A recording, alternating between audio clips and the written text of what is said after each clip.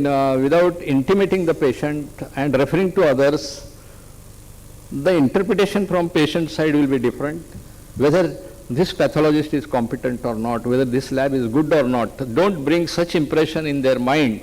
That will trickle, and that is the starting point of litigation. Then wrong diagnosis, definitely wrong diagnosis attract liability, and non-referral. Non-referral means tough. My lab had no facility of further study. Very openly say and refer the patient with his specimen slide or whatever it is, and immediately refer. This is the good practice. Then the misdiagnosis, as I mentioned, benign reported as a malignancy, and because what happens, benign reported as a malignancy, patient has to take a treatment, he will undergo chemo or such workup, and that creates, later on if it turns to be benign, that is a trauma, and most of the cases are filed. I suffered my hair loss and some other complications because of this wrong diagnosis. This especially is seen in cases of tuberculosis, misdiagnosis of tuberculosis as malignancies. Then malignant reported as a benign, it is common in breast lumps or lymph nodes. Lymph nodes also, where you may miss many things wrong, and just be tough for clinicians what to do or what not. And to decide skin lesion cases, it is very tough for the courts also. So there is a very thin line of error of judgment. Pigmented nevus versus melanoma, definitely there is a thin line, and most commonly it is reported as melanoma, and report while doing the blood group, because erroneously, previously they were doing dot, that tri-dot and other, and by ELISA it turned out to be negative. Then allegation, patient filed the case, and what is the allegation? The doctor thrown me outside the hospital. After seeing this report, my wife was thrown outside the hospital, and we went in the heavy rain to Manipal, KMC Manipal, and agony, and there it turns to be negative. Now, what hospital told, the pathologist told, my report, to interpret my report was the responsibility of the doctor who referred to me. I got the sample, I have done the test, just observed 2 dots and given the positive. There is no need of any intelligence, just add with the procedure. Secondly, what he told, my report is only for the consultant to interpret.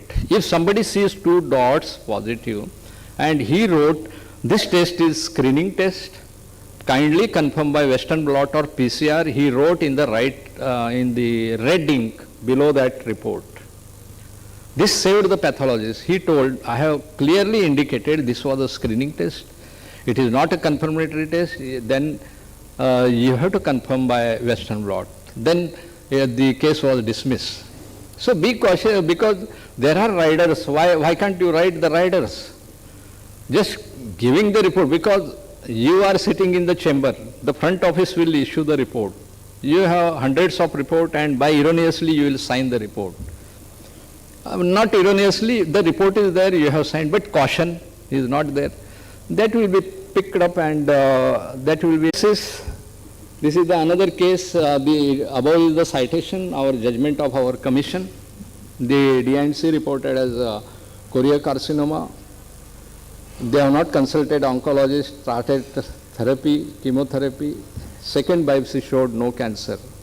The pathologist was held liable, as well the oncologist, who has not confirmed further, liable for the compensation.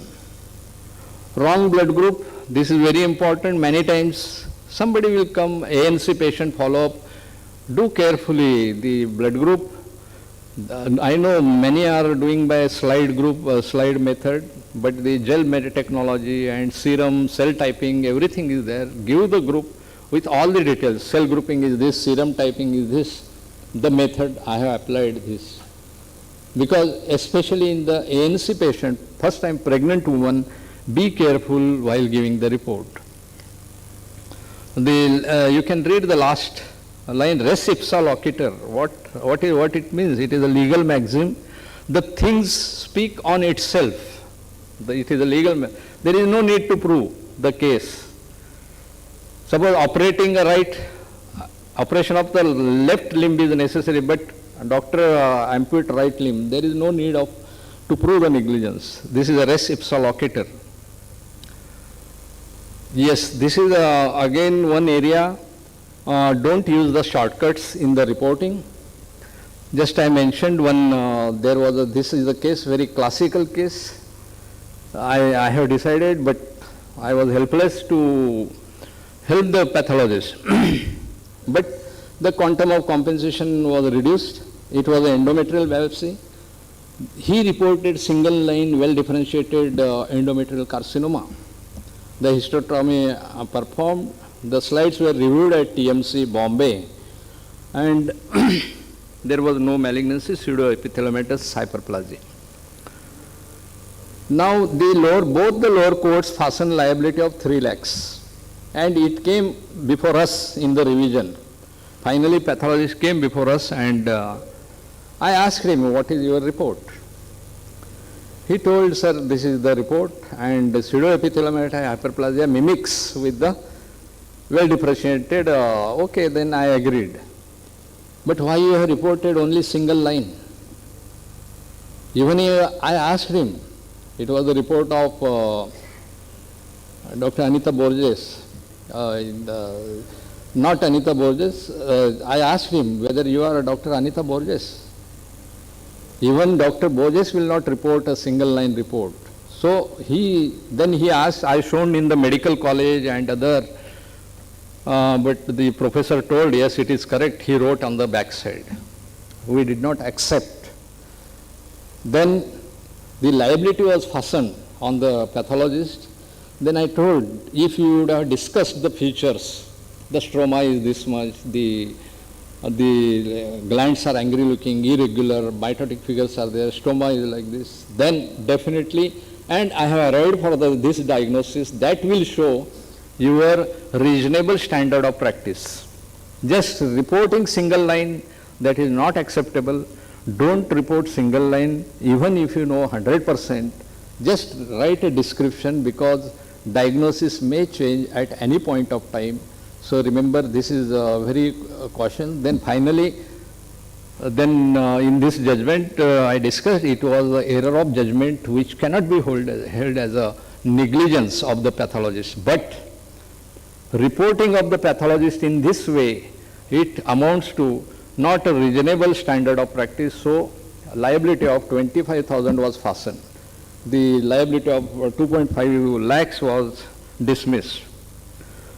This is one area. Then avoid diagnostic errors. I will not go into this slide. This is discussed. Yes, then ethical issues.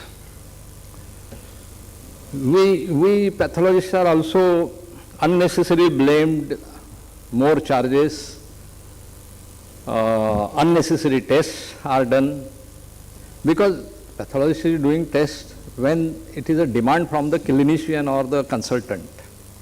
Explain the patient, these are the tests, it is required by the consultant, it is not from my laboratory, and the charges are high, and this is to be done. Second ethical issue, many times you will come across, patient will bring some injection. Sir, this B complex, you give me one B complex, blood has drawn, or IV में ये देना है, doctor साहब ने बोला था, दिया. Don't do that. Insulin. Sir, insulin देना है, आप स्टाफ से लगवाओ. Don't do that. In good faith, if you do, and if he develops hematoma or anything, any complication, you will be liable. Don't do anything in good faith unless you know that person personally. This was the case, I think in the very last conference also I told, one pathologist gave the certificate that the patient is suffering from, the certificate was printed, he put the seal, and it was before us in the National Commission. Then I saw the report that the patient is suffering from cervical spondylosis, he needs rest of 282 days. How 282 days, I don't know. Maybe 6 months or so. Then anyway, we did not hold him liable for negligence, but we hold him for the professional misconduct, and the matter was referred to Maharashtra Medical Council to take the appropriate action. This was the unfair trade practice. Don't use any certificate, because certificate more than 7 days to be certified by the district, some government authority test you can give, but that also don't give. Then the medical record, this is a very important area, but time is only 1 minute, just I will try. It is a confusion for the entire medical fraternity, not the pathologists, and how long it is to be preserved. Remember, MCI has given the guidelines for under section 1. Under the regulation 1.3, you can go through. Remember, good medical record is good defense in the court. Poor medical record is poor defense, and no medical record, no defense at all. So records in pathology, you can go through my slide. My presentation is with you. If you have any queries, you can discuss, email me. Be cautious. Disclosure does not always absolve the doctor from legal liability. If you think you have done wrong, but you seek apology also, but it will not absolutely absolve the doctor. You can say, use the word very cautiously, I am sorry for what happened to you. This is better than I am sorry for what I did to you. It is a thin line, but the understanding goes far away. So thank you, and some word of caution just I thought to give you just within a minute. Whose property is the medical record? Medical record is the property of the patient. Remember. Now you keep the slides, especially histopathology slides, cytology slides, blocks, everything. I want to ask this gathering, or you think over this is the Learned Pathologist Association, and whether we certainly keep the records of the patient with you. Why you take the burden of keeping the record, his record with you? When you have reported the biopsy, why can't you hand over the block, slide, even specimen? Specimen now you have to send for incineration or biomedical waste. But why you keep? Now take an example. You are busy. I told the litigation time is 2 years. You are busy, you are not in the station, you have gone abroad, whatever it is, and you are some function. And the patient will come, the case will be filed, and patient will come, sir, the court has asked this slide and block. That time you will be in the fix. One, the preservation is not proper. I know as a pathologist, I faced a lot of problems. You can't preserve the blocks. Blocks will be dried, blocks will be eaten by ants, the slides will be fed and other things. So better adopt best practices. So thank you very much. Time is constraint, and I thank the organizers calling me here, and if you have any queries, organizers have my numbers, and you may contact. Thank you. Very informative talk and very useful tip. I am sure our fellow members will be very much benefited by this talk. We are open for a quick 1 or 2 questions if there are any. Yes, one question that is there a law for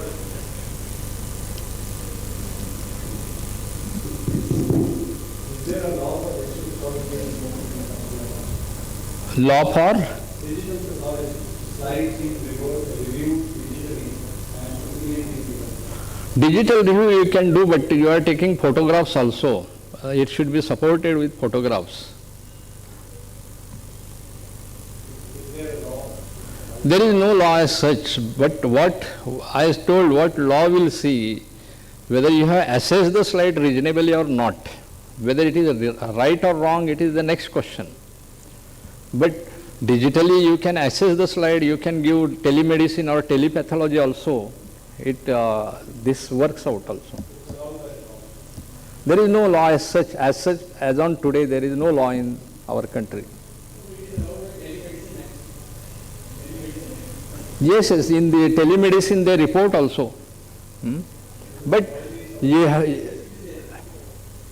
mention that this slide was reviewed under telemedicine or digitally reviewed and this is necessary, or whatever your caution you want to give it.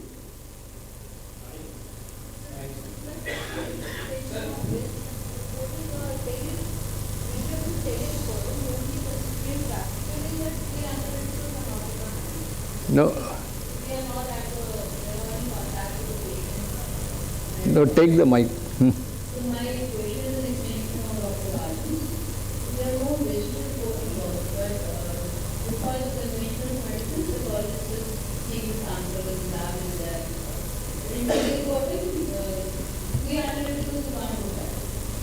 So, any take on that? No, I could not get your question. What? Reporting on this, remote reporting. Huh. So using digital tools.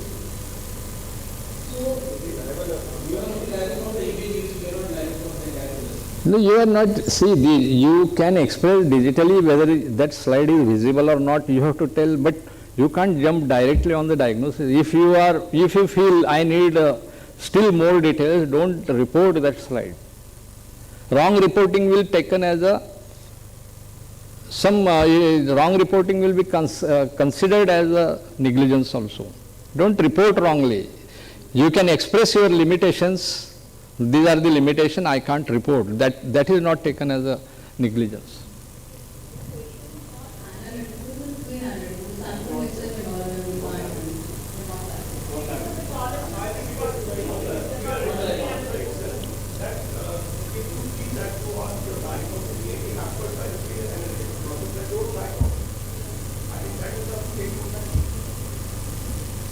You had shown a slide where it said that for professional misconduct, doctor is liable with the state medical council. Yes, yes. But when organizations or corporates or B2B are doing professional misconduct, primarily nowadays the soliciting and open advertising, who are they liable to? Because the state medical council says that they are not our members and we cannot take action. No, that is the fight which is going on. I am also observing our association shall take up this issue with the government, because NMC is telling the individual doctor is liable for such misconduct or anything. The advertisement by the hospital or the laboratories, they are not liable. This is the stand of NMC. We have to discuss with NMC only. I think senior members are from MCI, they may take up this call. And even the technicians practice of the small DMT laboratory, that is burning issue. Something we have to do. Because of them also pathologist is liable. Yes. We take rest of the questions.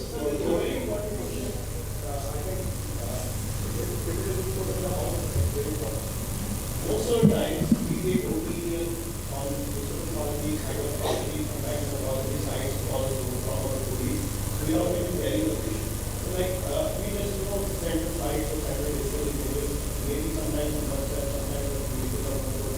But we take the opinion and very far will be a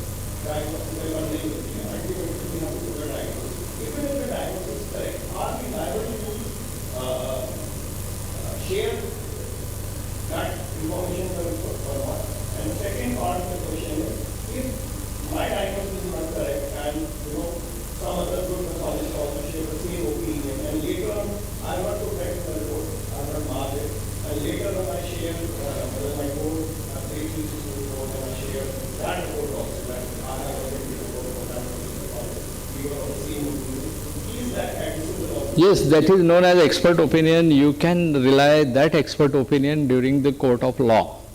You can say, I reviewed my slides from so and so medical college, so and so professor. Even if you have not disclosed the patient, while issuing the report, you have not disclosed the patient. I took opinion from AIMS. But the report is with you and you have given the report, issued the report. That is valid ground. It is known as expert evidence. It is a valid evidence to safeguard your bona fide. Yes, and secondly, you took opinion from different pathologists and gave one report. But better to give differential diagnosis also, because your opinion is some X.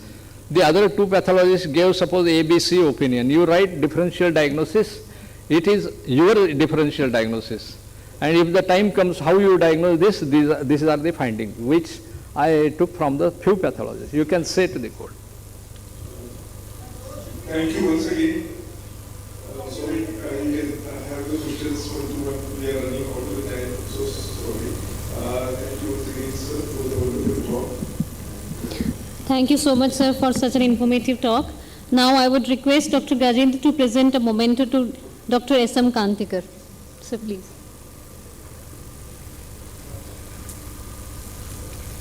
And Dr. Rakesh to present a memento to Dr. Gajendra.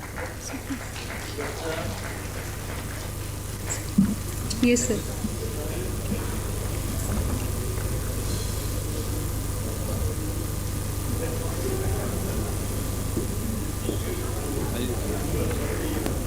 Thank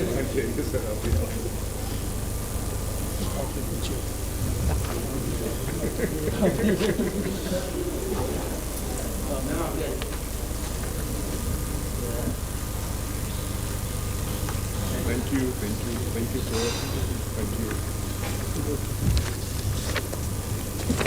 So, Dr. Savita and Dr. Nishit, I think we have had a fair amount of cerebral stimulation. How about an interlude?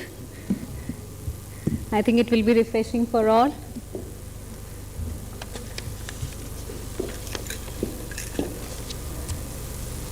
After listening to the way we can get entangled with the law, I think we need to de-stress. So I request you all to either keep sitting, or if you want to stand, stand, but remain in your positions and just de-stress with a little physical exercise. All the blood which is going to the gut and inducing postprandial slumber, which of course Dr. Kantikar made sure there was no postprandial slumber, but we will still, that will facilitate waking up, to wake us up. So can we have the audio, please?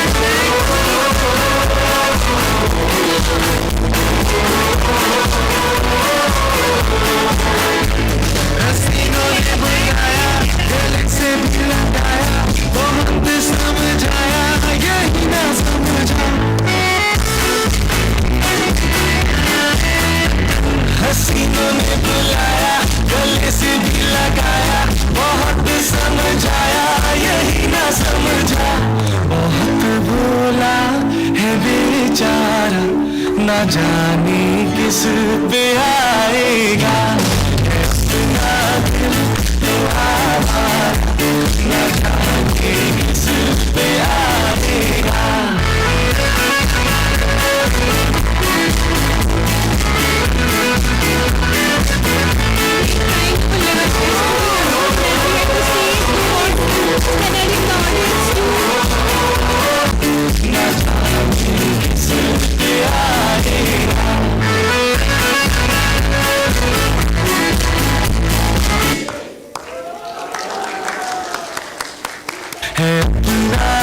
Please replay the audio. I think the energy has come now.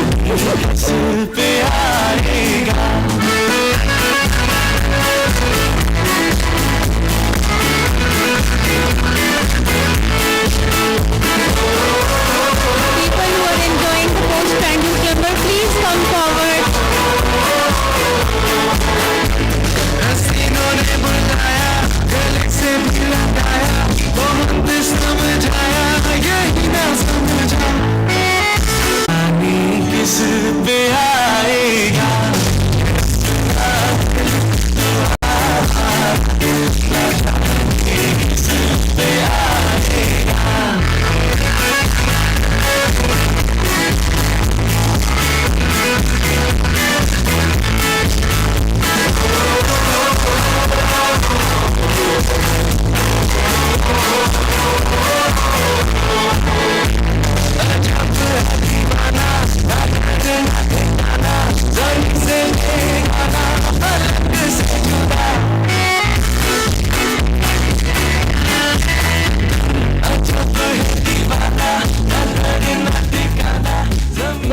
I think in session. As per the Global Tuberculosis Report 2022 released by WHO, the interim estimated number of deaths in India has risen by 10% in 2020-2021. So no matter the COVID pandemic has taken all our attention, we still bear a huge burden of tuberculosis in our country. So let's talk about TB. And our eminent speaker for the same is Dr. Pradeep Suri. And the chairperson for the talk is, just a minute, Dr. Anupama Arya. Ma'am is Principal Consultant, Department of Pathology, Max Hospital, Saket. Ma'am, please. Ma'am, over to you. Please. So, good afternoon, everyone. After this energetic and refreshing interlude, it's my pleasure to invite Dr. Pradeep. His areas of interest include hematology, immunofluorescence, tuberculosis, and molecular diagnostics. Over to you, sir. Kind introduction. Can we have the AV? And as in the last legal session, sir just told, now TB is a notifiable disease, and any one of us who is not notifying our positive cases with the government interface is like extra careful when we are talking about TB in this country. So just a small disclosure that I have no conflict of interest. Government data, in my own clinical experience, the MDR cases are much more than what the data says. So coming to the signs and symptoms of TB, we don't need to discuss, because once this gentleman tells the country what the signs or symptoms of TB are, pretty much the whole country listens. What we need to do for TB, coming to the laboratory investigations of TB, we have a plethora of tubercular tests available. The first two tests, the tuberculin skin test or the Montoux and the interferon gamma release assays or the IGRAs, are primarily used for the diagnosis of latent tubercular infection, or what we call as LTBIs. Whereas the other tests, microscopy, cultures, NAT, nucleic acid amplification testing, phenotypic drug susceptibility, molecular drug susceptibility, and adenosine deaminase, they are all tests to diagnose the active disease. So we need to discuss each one of them and what their advantages, disadvantages are. Before that, these are a few tubercular diagnostic technologies which have been endorsed by WHO along with their timelines. In 2007, WHO first endorsed the commercial liquid culture, which is the rapid AFB culture, along with the DST. In 2008, they endorsed molecular line probe assays for the first-line anti-tubercular drugs, primarily the Hain first line for rifampicin and INH. In 2010, WHO endorsed CVNAT for pulmonary COX, and in 2013, they updated their policy to include both childhood and extrapulmonary COX. In 2016, molecular line probe assays were endorsed for second-line anti-tubercular drugs, which are primarily the fluoroquinolones, the aminoglycosides. And in 2021, Expert XDR was endorsed for second-line anti-tubercular drug resistant testing. In between all of this, quietly, this is the first Indian company, TrueNat, which has been endorsed by WHO both for initial diagnosis of TB and to sequentially test for rifampicin resistance in 2020. So they have three products, MTB, MTB Plus and MTB RIF DX. I will discuss them a little later. So coming to tests for latent tubercular infection or the LTBI, the most common test is the tuberculin skin test or the Montoux, which has been widespread used for over a century and is only universally accepted test for diagnosis of LTBI. But this test has a few limitations. A, it can be false positive due to cross-reactivity with MOTS and also vaccination with BCG. Mind you, we are a 100% BCG vaccinated country. In addition, there is also poor sensitization in immunocompromised patients up to 10 weeks after infection. Exact sensitivity specificity can never be known because there is no reference standard. It is further limited by subjectivity of its interpretation, and inter-intra-reader reliability, poor standardization, need for a return visit for the patient, compliance issues, they all make it difficult to distinguish, LTBI from active disease. So, IGRA's advantage is that they are not influenced by BCG vaccinations and most of the MOTS or the atypical mycobacteria, barring Cancesis, Zulgai and Smegmatis. IGRAs cannot also distinguish latent from active disease, pretty much the same limitation as the Montoux. And use of IGRA as a replacement for Montoux would decrease the number of LTBI suspects by approximately 70%. However, IGRA can be used in certain situations, preferably over TST as defined by CDC. These special conditions are in persons who have historically low rates of returning to have a tuberculin skin test, primarily drug users. Use of IGRAs might increase test completion rate for homeless and drug users. The use of IGRAs for such people can increase test completion rates. IGRA is also preferred in patients who have been receiving BCG either as a vaccine or in cancer therapy. Primarily now BCG is very commonly used for bladder cancer. Use of IGRAs in this population is expected to increase specificity and improve acceptance to treatment. So limitations of IGRA pretty much similar to what they were for Montoux. It cannot differentiate latent from active. Point after infection at which the antigen becomes detectable is not known. And performance in small children, less than 5 years, immunocompromised patients, and patients undergoing response to treatment is not good. So this is the WHO algorithm. Does this work? Yeah. So this primarily shows 6 categories of patients in which LTBI prophylaxis must be given. These includes patients who are co-infected with HIV, patients of pulmonary contacts of pulmonary cox, patients undergoing biologicals or TNF alpha therapy either for rheumatoid arthritis or for SLE, patients on dialysis, patients on organ or hematological transplantation, and patients of silicosis. If in these 6 patients the IGRA or the Montoux is positive and there are no other clinical findings, chest X-ray is negative, then you treat for prophylaxis, otherwise you investigate for the active disease. However, of late WHO is also increasing this category and slowly trying to push patients of diabetes, patients of chronic renal failure, and patients who are undergoing corticosteroid therapy to also take this prophylaxis. So coming to quantiferon gold plus, this is nothing but a more improved version of the IGRA, in which instead of single antigen tube you have 2 antigens tubes.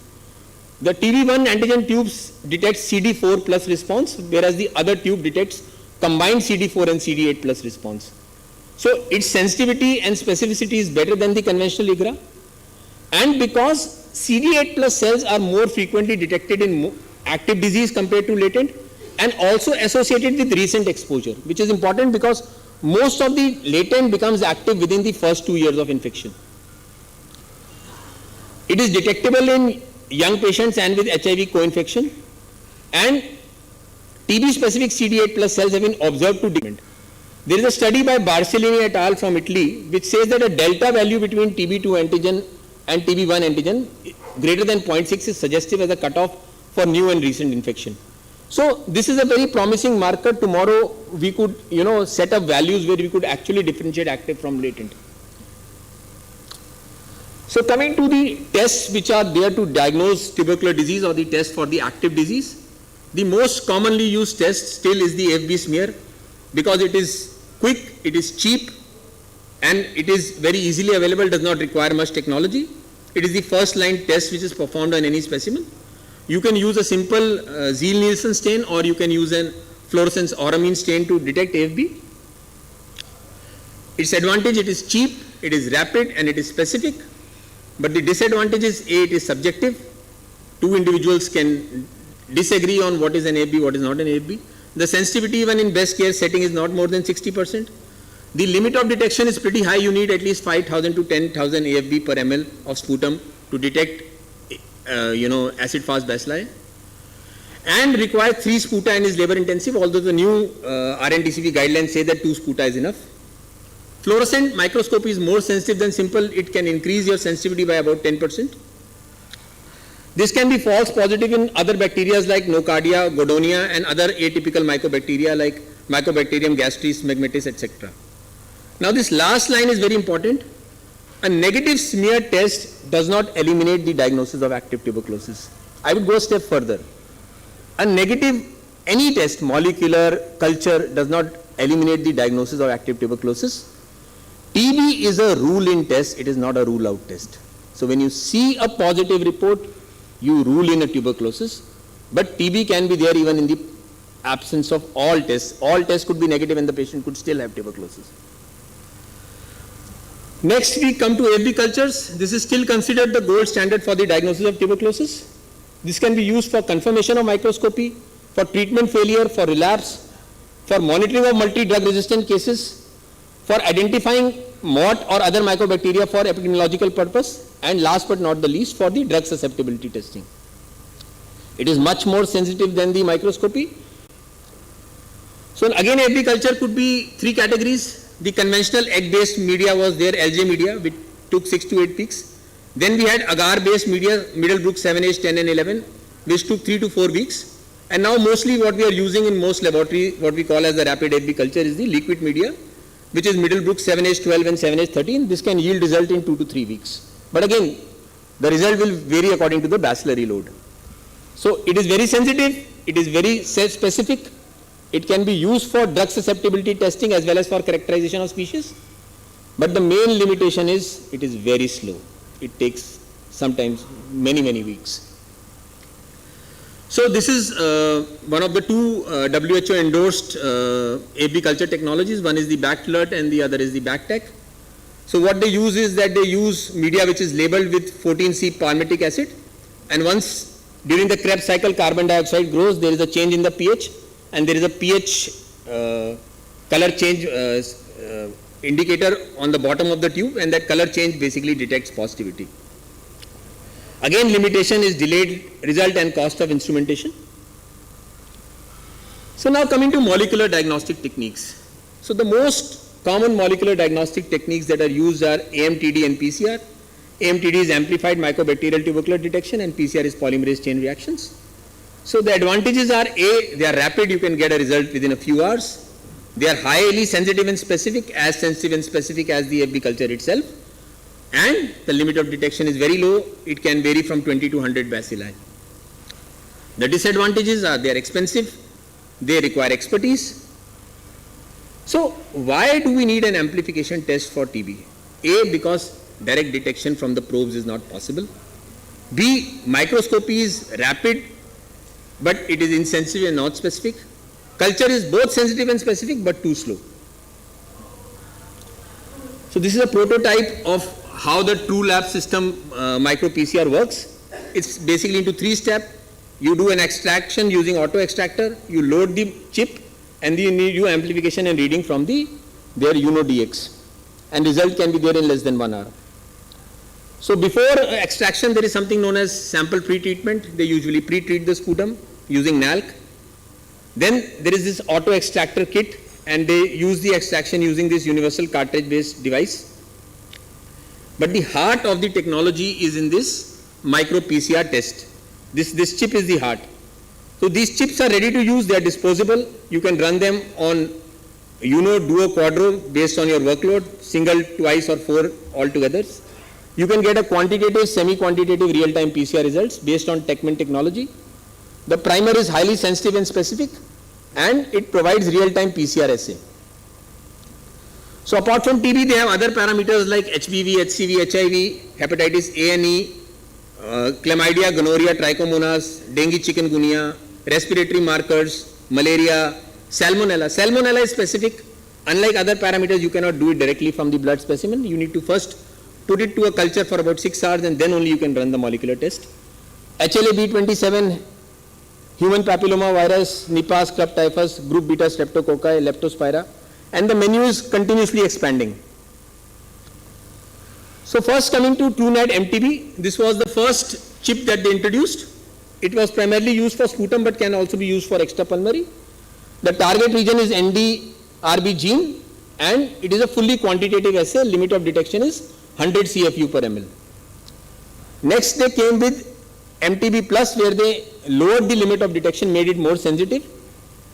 Ideal sample is a pleural biopsy, but pleural fluid can be used.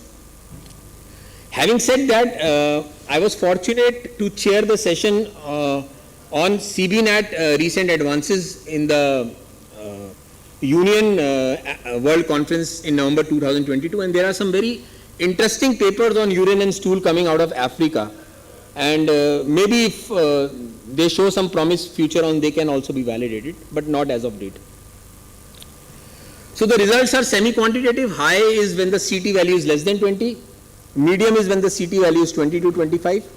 Low is 25 to 30 and very low is greater than 30. Coming to some publications. So this is a very interesting paper by Jose et al. From Kerala, where they evaluated TrueNat MTB RIF in comparison with microscopy in culture.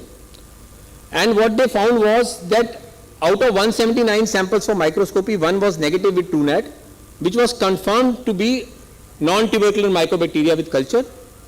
Hence, comparison was formed with 178 assays for microscopy and 108 for culture. And you can see that the sensitivity and specificity was very robust. This is a paper from Cameroon, from the Journal of Clinical Microbiology 2022, in which they look for diagnostic accuracy of TrueNat MTB plus assay in comparison to expert MTB RIF assay to tuberculosis in hospital outpatients. And you can see the sensitivity and specificity for TrueNat is 91 and 96%, and for expert is 90 and 99%, pretty much comparable. This is a prospective multicentric study which was done by a TrueNat trial consortium, on the basis of which the WHO endorsement was given, and they found the TrueNat results in primary health center to be compatible with MTB RIF and MTB RIF TX. And this data supported development of WHO policy recommendation on the mole bioassays. So now coming to TB resistance. So mono resistance is when there is resistance to only one first line drug, either rifampicin or INH. Multi-drug resistance is when there is resistance to both rifampicin and INH. And extensive drug resistance or XDR is when there is additional resistance to fluoroquinolone and any of the 3 second line injectable drugs, that is amikacin, kanamycin and capreomycin. But this definition has recently changed by WHO. So in January 2021, WHO updated the definition of XDR. So the definition of MDR remains the same. Now another category has been included, which is called XDR. So pre-XDR is nothing but your multi-drug resistance where you are resistant to rifampicin and INH, which are also additionally resistant to any of the fluoroquinolones. So the definition of MDR is unchanged. Pre-XDR is rifampicin plus INH plus fluoroquinolones. And the new updated definition for XDR is that a strain which is resistant for MDR and also resistant to fluoroquinolones, in addition is at least resistance to one of the group A drugs. So what are the group A drugs? The group A drugs are the most potent drugs in the ranking of second line anti-tubercular drug treatment, which comprises of 4 drugs: levofloxacin, moxifloxacin, bedaquiline and linezolid. So basically the new definition of XDR is rifampicin plus INH plus fluoroquinolone plus one of these 4 drugs. So these new 2 definitions are based on increasing progression of severity to disease due to resistance of additional medicines. Subsequently, a more limited number of medicines are at a clinician's disposal to effectively treat patients. So because of these new definitions which have come recently in 2021, the national TB programs will need to orient their staff, laboratory and surveillance systems to accommodate these new definitions. These changes required for definition of XDR require scale up of rapid molecular test to detect fluoroquinolone resistance, as well as to build lab capacity to perform DST for both bedaquiline and linezolid.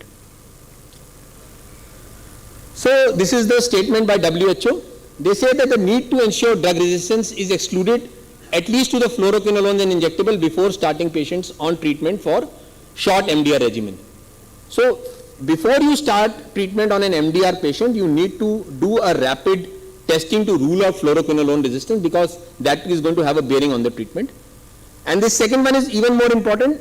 Efforts need to be made by all countries to move toward universal testing of both INH and rifampicin resistance at the start of TB treatment, which means that before we start patient on ATT, every tubercular positive patient must rule out rifampicin and INH resistance.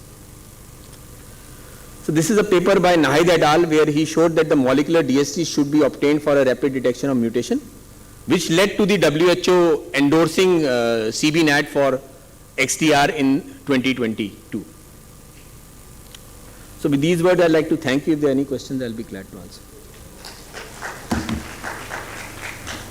Thank you. Thank you, Dr. Pradeep, for such a lucid and informative talk on such a relevant topic. Do we have any questions from the House, please?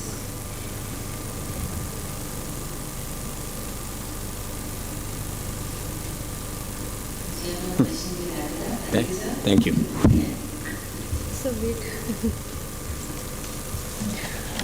Thank you, sir. Now I'd request Dr. Anupama Arya to present memento to Dr. Pradeep Suri.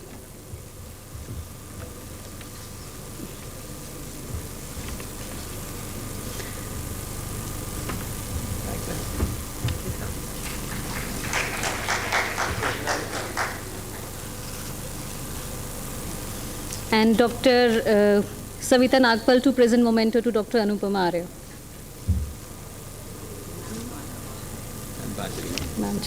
Okay, sorry.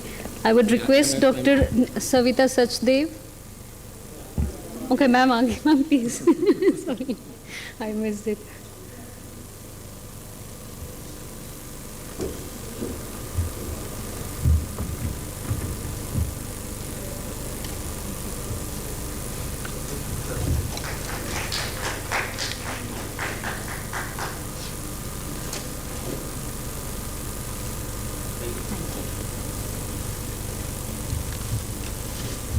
So now we are moving on to our third session of the post-lunch, that is the anti-nuclear antibody screening by immunofluorescence by Dr. Vanita Batra.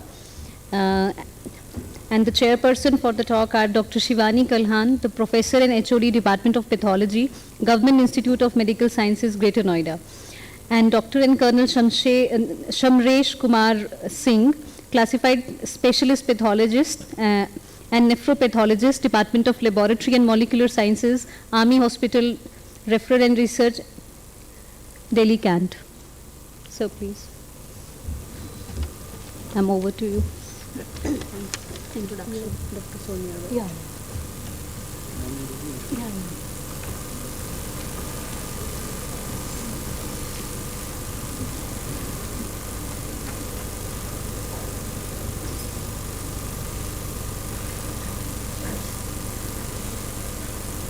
Thank you so much, Dr. Sonia. Firstly, I would like to thank the organizers on behalf of self and my co-chair to invite us to chair this session. We are here to introduce Dr. Dwarika Batra. She is Director Professor at Vivanta Hospital, New Delhi. Dr. Dwarika has done a pioneer important work on anti-nuclear antibodies using indirect immunofluorescence assay. She is practicing renal pathology since 20 years after being trained at Boston and Harvard. Dr. Dwarika is an expert in electron microscopy and has been running centrally funded electron microscopic reference facility at Vivanta Hospital in Delhi. She has a state-of-the-art autoimmunity lab there, and it is an honor for APP and Pathcon to have you on board now. So with that, I'd like to request Dr. Vivanta to start the talk. Thank you so much for those kind words. I don't deserve them at all. So beginning with the talk, the topic today is ANA screening by immunofluorescence. So a little in brief about how we diagnose connective tissue diseases. I wanted to stress upon this because it is not just by performing tests such as ANA or DSDNA or nuclear antigen linases that you can make the diagnosis. At the end of the day, the gold standard is the clinician's diagnosis. So you have to correlate the clinician's diagnosis, the patient's symptoms, as well as the investigative results that you perform in your lab to reach a final diagnosis. So for this, we need to know that autoimmune diseases can be classified into two groups. They can be either systemic disorders or they can be organ-specific autoimmune diseases. The systemic disorders are the more common ones, and they include SLE, Sjogren's syndrome, progressive systemic sclerosis, dermatomyositis and polymyositis, mixed connective tissue diseases, and rheumatoid arthritis. Some of the organ-specific diseases include autoimmune thyroiditis, primary biliary cirrhosis, autoimmune hepatitis, skin infection diseases such as pemphigoid and pemphigus vulgaris, and some neurological paraneoplastic syndromes. So as I said, that for diagnosis of autoimmune diseases, you require identification of all clinical symptoms suggestive of a connective tissue disorder. That is the first initial requirement, and the second is the detection of autoantibodies in serum. We are very rigid in our lab in this matter, that is we ask for a very detailed clinical history from our patients, and when and only when they fit into the clinical profile of autoimmune disorders, we conduct the autoimmune investigations. Why we need to do this, I will explain a little later, because you can get false positive results in many conditions so as to be able to decipher those. So the first step is to take a detailed clinical history regarding autoimmune disorders, and my residents in the audience will vouchsafe for the fact that I am always getting upset on them that they have not taken a detailed enough clinical history. So you have to take a history for constitutional symptoms such as fatigue, fever, hair loss, oral ulcers and weight loss, musculoskeletal symptoms such as arthralgia and myalgia, dermatological symptoms such as malar rash, photosensitivity, bullous lesions. Then involvement of the kidney is looked for in the form of hypertension, hematuria and proteinuria. You ask for neuropsychiatric symptoms, and you also ask for any symptoms relating to pulmonary, gastrointestinal, cardiac or hematological systems. We also ask for the family and social history, because these are important causative factors of the connective tissue disorders. So going on to detection of anti-nuclear antibodies. What are basically anti-nuclear antibodies? These are complexes of proteins and nucleic acids, or protein-protein complexes, which are produced against various anti-nuclear antigens. They can also be formed against cytoplasmic as well as cell membrane components. A total of 150 autoantibodies have been detected till date for the diagnosis of connective tissue disorders. So a little in brief about the structure of the nucleus. Why? Because all the antibodies that I am going to discuss, they basically involve different components of the nucleus. So just as a brief revision. So in this here you have in the center, you have the outer boundary, which is a nuclear membrane, which is perforated. In the center you have the nuclear material in the form of a ball, that is nucleolus, around which the thread-like DNA material is present. And if you look at these chromatin threads, they are actually composed of octamers of histones, and these histones are bound tightly by 1 1/4 circle by the DNA helix to form a structure such as beads in a string. And at the time of cell division, the chromatid disc gets organized into its typical X-shaped structure. So primarily you detect the anti-nuclear antibodies by two methods. You can do it by ELISA, and you can do it by indirect immunofluorescence. ELISA is primarily a screening test. It is not a very specific test. There are various false positive results, and therefore we do not rely as much on the ANA by ELISA. We prefer to use immunofluorescence as the method for diagnosing anti-nuclear antibodies. So the gold standard to detect DNA is by indirect immunofluorescence on Hep2 cells. So we perform this test on this kind of a plate. Now this plate has these different wells, and each of these wells, they have pre-coated single monolayer of Hep2 cells. So these Hep2 cells, what are they? They are basically human epithelial cell type 2. Initially, they were derived from a culture of laryngeal squamous cell carcinoma cell lines, but eventually this cell line was contaminated and then completely replaced by HeLa cells. Now, the advantage of the Hep2 cells is that they are human in origin, and therefore they are very specific and sensitive to human sera.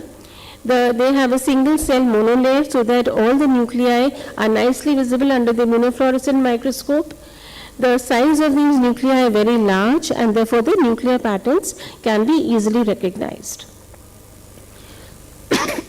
The advantages of a direct immunofluorescence method of testing for anti-nuclear antibodies is that the Hep2 cells, they form a complete one substrate on which a complete antigen spectrum of nuclear and cytoplasmic antigens can be identified in their native configuration. It is easy to perform and read. It has a very high sensitivity for diagnosis of SLE, and the pattern of staining can provide a clue to the diagnosis. The only issue is that the anti-SSA rho, which is an important antibody, is often missed in the Hep2 cells. So to overcome this, you have what are called as HEP2000 cells. These are genetically engineered HEP2 cells which have been transfected with human cDNA for this 60 kilodalton SSA-RO antigen. So when you prepare these kind of a preparation, at least 10 to 15% of the cells, they are able to express the SSA-RO antigen, and then when you perform the anti-nuclear antigen test, you will also not miss this particular nuclear antibody. So how do we perform the ANA test? We do it by performing serial dilutions. The patient's serum, the initial dilution is 1:40 if you are testing for autoimmune hepatitis, but for other connective tissue disorders, we use an initial screening of 1:80. You add the patient's serum onto the wells that I showed you earlier. An antigen antibody reaction will happen. To this you add a fluorochrome, and then which stains the antigen antibody complex, and then you can view that under the immunofluorescent microscope. Now the titer at which you get a positive in a test, this is usually 1:160. Titer is regarded as highly suggestive of a systemic disorder. As far as this is as per the Western literature, in India very few studies have been performed to test what is the most sensitive dilution titer to diagnose connective tissue disorders by ANA. There is only one study by Ghosh et al. From SGPGI Lucknow who found that they could best discriminate between healthy individuals and SLE patients at a screening dilution of 1:80 with a 93.7% accuracy. Why is it so important? Why is the screening dilution so important? People keep on harping about it. This is why, because about 20% of normal persons have a positive ANA at a dilution of 1:40, and about 5% healthy individuals will show a positivity at a dilution as much as 1:160. This, and not only this, a positive ANA can also be found in certain other non-autoimmune conditions such as chronic infections, viral hepatitis, and malignancies. So this is why we keep on stressing that you have to correlate the clinical symptomatology of the connective tissue disorder along with a positive ANA to finally reach a proper diagnosis. So if you get a positive ANA, what does this basically mean? The interpretation of the positive test will depend upon the clinical scenario. Higher the ANA titer, it is more likely to be associated with rheumatic disease. And various studies have been conducted in Western literature where they have found that even moderate to a low titer positivity, if patients are showing this kind of a low or moderate titer positivity, only 10% of them actually have connective tissue disorders. But an important point to note also is that in many patients, a positive ANA may appear much before the clinical symptoms of SLE have appeared. So how do we report ANAs? First of all, we report on what is the pattern of the nucleus stain that we are obtaining under the immunofluorescent microscope. The second point that we report is a semi-quantitative assessment of the intensity of fluorescence, which ranges from 1+ to 4+. Then we also report on whether the mitotic figures are positive or negative. And we report the titer up to which the positivity is obtained. I belong to the government sector, so I can't afford to do serial dilutions because we don't charge our patients. So we have developed our own cutoffs. We use a dilution of 1:80, but if the titer is 2+ or more, then we regard this as sensitive enough. If it is 1+, then we correlate with the clinical symptomatology to decide whether we really want to follow up that patient with more tests or not.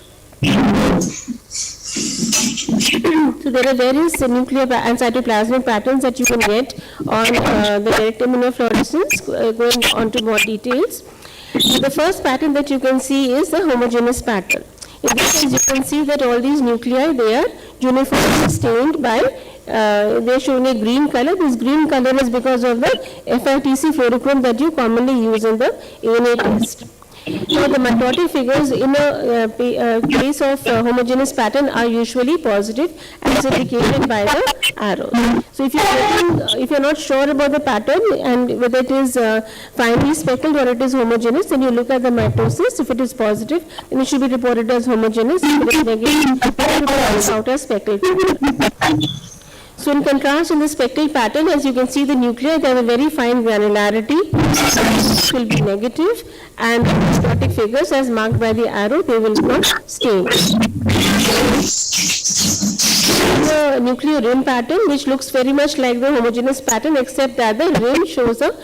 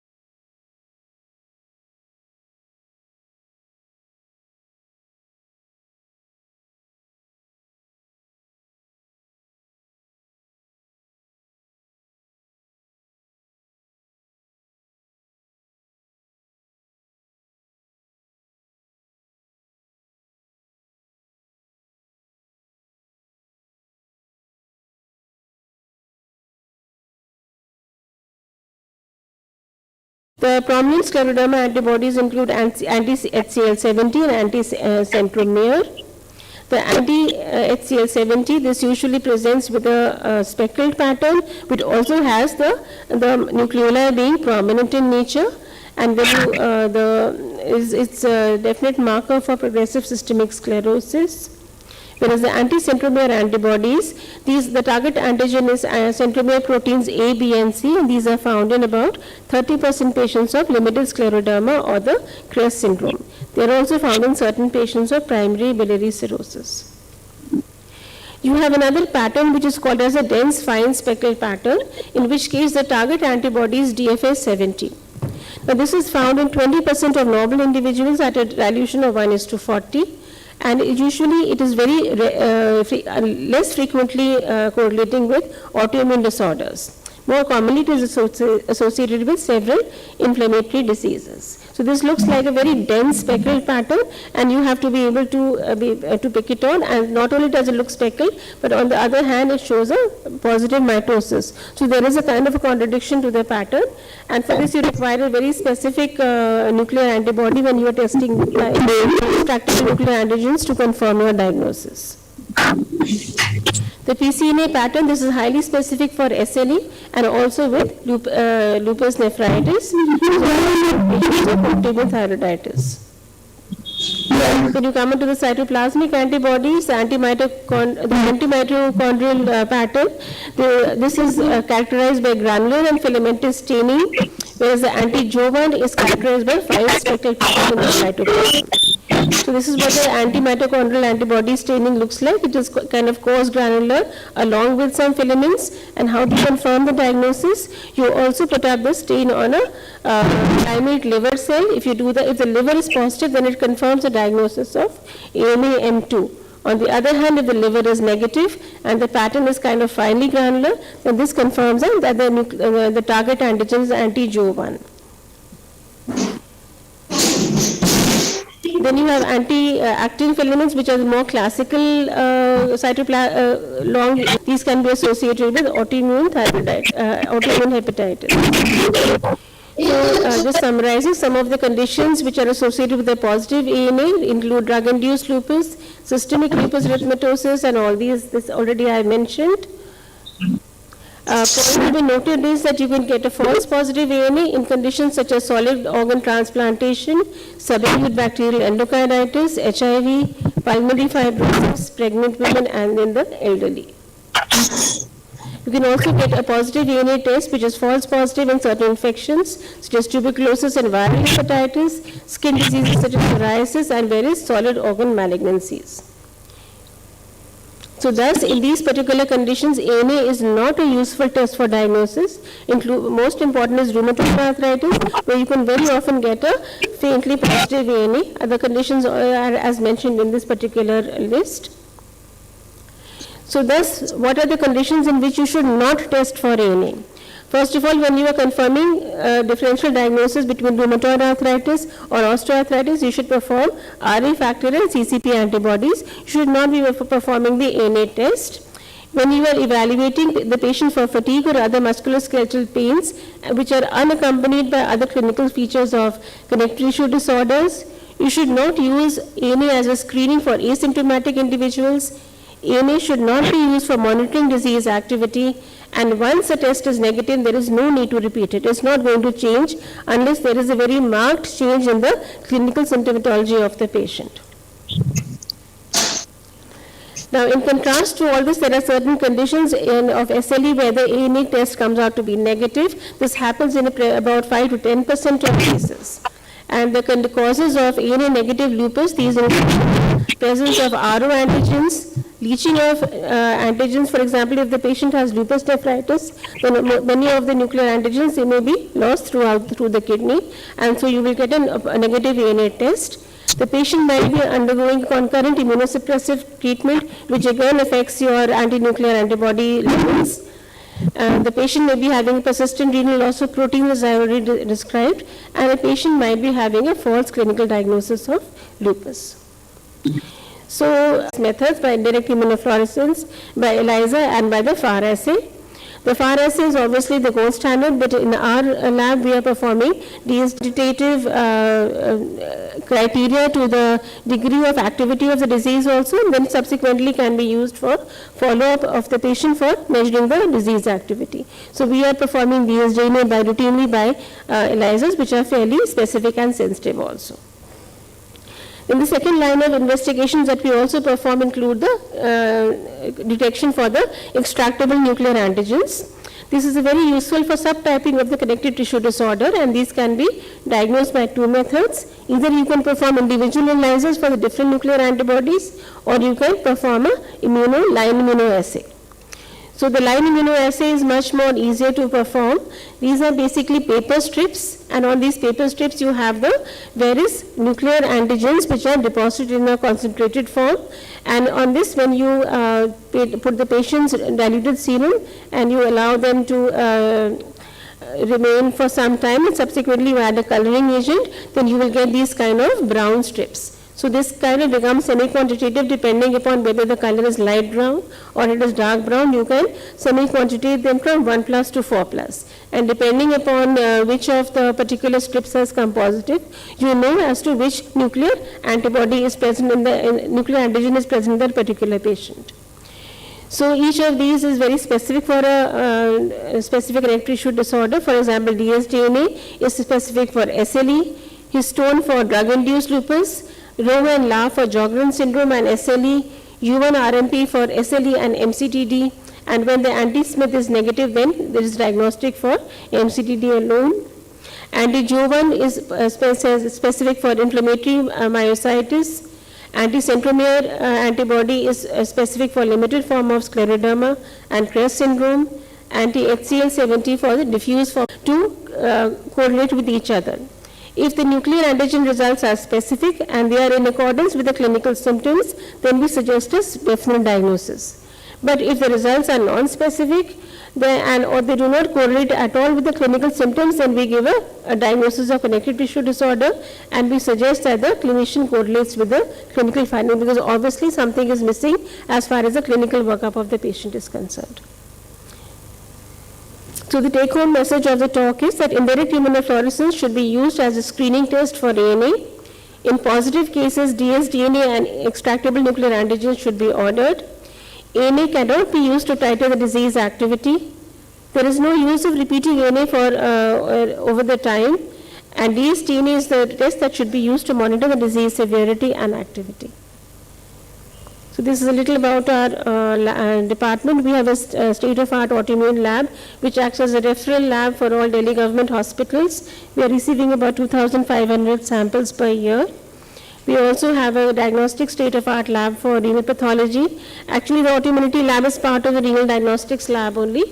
So we have this DBT-sponsored EM, which is one of the most advanced EMs in Delhi, where they are receiving kidney biopsies from all over the country. Thank you so much for your kind attention. I'd be happy to take questions. Thank you for the very excellent presentation. Validated on which manufacturer, because we use 2 or 3 different manufacturers, we used to have a different cutoff for it. Yes. So Uroimmune, for example, 1:100. Right. Human has 1:80. But as of now, we are using human regularly for the last, I think, 10 years, and it's giving us fairly good results. Thank you. Okay. So, thank you very much to Vivanta and to the audience for the interactive session, which I'm sure has enriched us all with regards to antinuclear antibodies. So, thank you once again. Ma'am, I would request Dr. Shivani and Colonel Dr. Shamresh to hand over memento to Dr. Vanita Batra.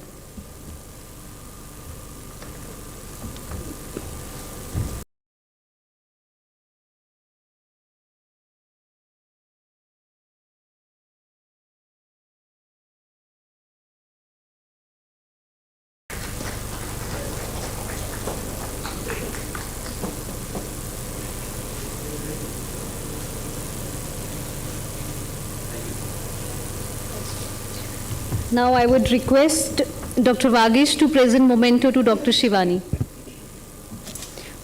and Dr. J.S. Suri to present memento to Dr. Shamresh.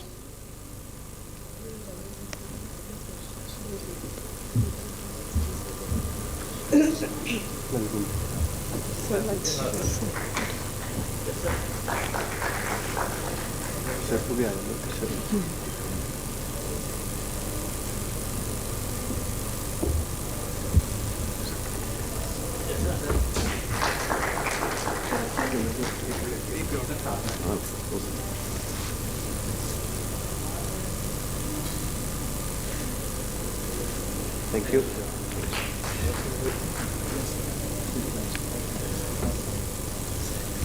Now we have a small interlude again. Dr. Savita, please be on the stage. I think in the last we had some physical exercise. Let's have some mental exercise now. So, and oh my God, after this information overload, I think rejuvenation. So, what better way to do this other than by deep breathing? Yeah, song and dance is enough of song and dance. I think otherwise Dr. Neera Jain is going to throw me out if I have. So, you know, I read a report, there was a study in the Acta Physiologica Scandinavica which said that nitric oxide impacts pulmonary function, and this is produced in our paranasal sinuses and is excreted continuously into our nasal passages. So if so people who were doing deep nasal breathing, their PO2s were found to be actually higher than those who were doing oral breathing. Of course, this is in healthy subjects. So let's do a bit of a deep breathing, which is easily done where any point of time in the day and even during a session.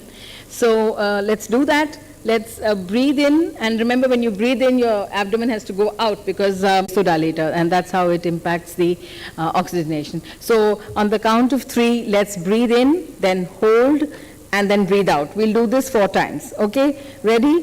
1, 2, 3. Breathe in, hold, and breathe out, humming.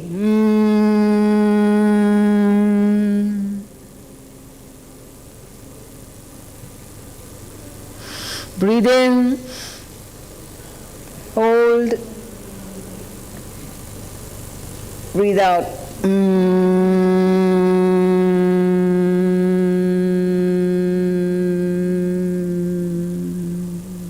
Breathe in, hold, breathe out.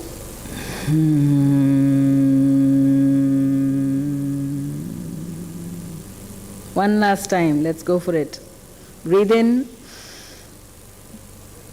hold,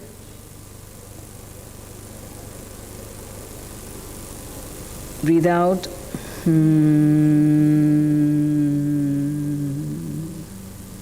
Okay, that's it. Now I have one last question for you. Did you all enjoy the interludes? Can we hear it for the interludes? Well then, let's hear it. Okay, thank you so much. We had a lot of fun. I don't know where Nishit has disappeared, but trust a boy to disappear. And we had a lot of fun preparing this for you. Pathology, we all know how PCOD is just been on the rise, and you have female infertility. Any and everybody has got, whether they are thin PCODs or they are fat PCODs. And of course, there's diabetes mellitus and a whole host of others. So don't do this disservice to yourselves. Please carry your own water where it's not available. Thank you, and bye-bye until next time. Thank you, ma'am. Thank you so much. I think all the neurons are oxygenated well, so we move on to the next session for today. As the technology in the form of artificial intelligence and mass digitalization has entered every spheres of our life, and medical science too, and more rampantly after the COVID pandemic, and pathology is no exception. So our next topic is regarding the same only by Dr. Sonal Jain. That is the digital way of looking at the peripheral smear, a real-time experience. And the chairpersons, I would like to request Dr. Renu Goyal, who is consultant pathologist and head lab at Sitaram Bhartiya Institute of Science and Research.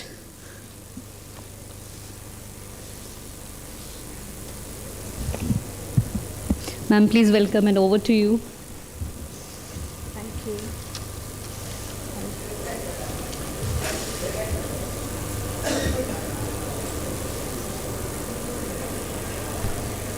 Thank you, Dr. Sonia. Good afternoon, everyone. So we have next session on hematology medical student by Dr. Sunal Jain. Dr. Sunal is founder Ashi Care, which provides hematology solutions, digital pathology, and second opinions. Dr. Sunal Jain is graduate from Harding and postgraduate from UCMS. She did her DM hematology from All India Institute of Medical Sciences, Delhi.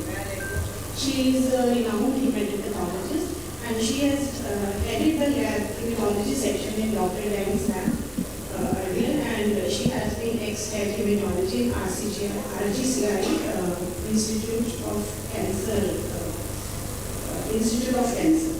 She has worked a lot in setting up hematology laboratory services at Dr. Dan's lab in Delhi, which covers the entire gamut on the medical sphere, the most advanced molecular tests. She has worked on a nationwide project on pediatric ALL, minimal residual disease in association with cancer, and experience in having done maximum number of ALL MRDs at a single center, single time. Over to you, Dr. Sunal. Thank you, Dr. Renu, for that wonderful introduction. Thank you, Pathcon, Dr. Neeraj and Dr. Rajan for having me here. And thank you, Dr. Savita, for that relaxation exercise right before the talk.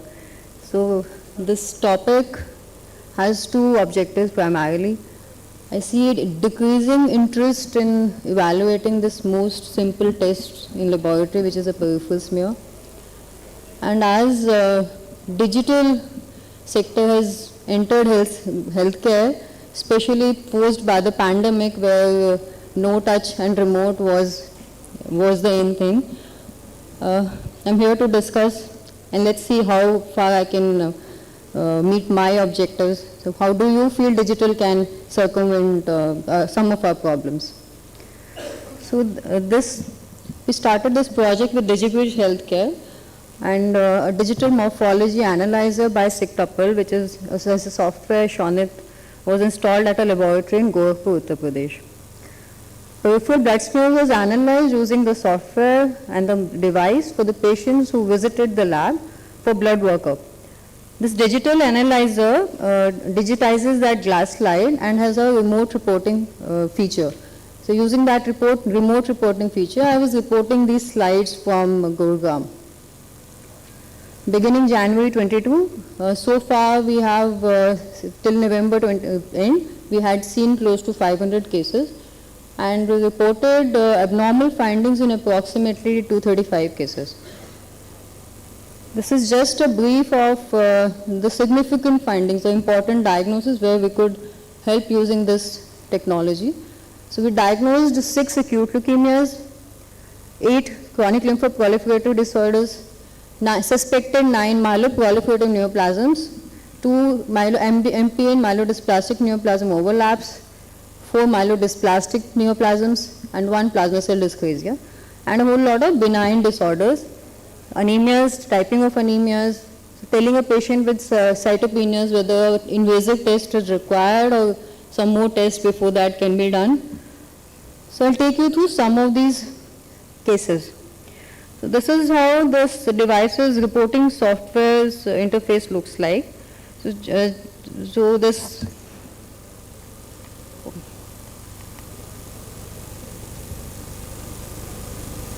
So you see this is the summary, the conclusion interface. So it has WBC, RBCs and platelet windows separately, and the microscopic view. So this microscopic view is what I used most often, and this microscopic view basically is a digitized review of the glass slide which you do under the microscope. So first, the more fancy, the malignant disorders. This was a 40-year-old male with a hemoglobin of 10.2, normal TLC and a low platelet count. The DLC by the cell counter didn't have anything remarkable, and that was nothing serious was suspected in this patient. But a digital review showed 49% blasts. So it was diagnosed in an acute leukemia. Just wanted to have a look at the cell counter findings and increasing tendency to trust our cell counters too much, and I am perceiving, real or not real, I'm really not sure. We are trying to say that cell counters can do it all, and we try to do away with apparently more laborious peripheral smear and at the same time mistrust our own wisdom and experience. And what we see under the slides, a machine or a cell counter cannot see. What it gives you is only statistics. Only your eyes can view those cells. So these are some of the some additional acute leukemia. So total of 6 acute leukemia cases we could pick up in this exercise. Before going on further to more malignant disorders, that is, I just wanted to have a look at this WBC interface. So software allows this segregation of the cells. So the AI, artificial intelligence, does this segregation to some extent, but trust me, in each one of these cases, wherever there is an abnormal finding, you have to review each one of these cells and recategorize them. So it does give a percentage of atypical cells or blasts, but many a times they lie in lymphocytes or monocytes or anywhere else. So what I use for the WBC is recategorizing these cells, and the help it gives you is that reviewing 500 cells to 1000 cells is not a difficult task because they are already segregated and pictured for you. Moving on to more of these WBC disorders.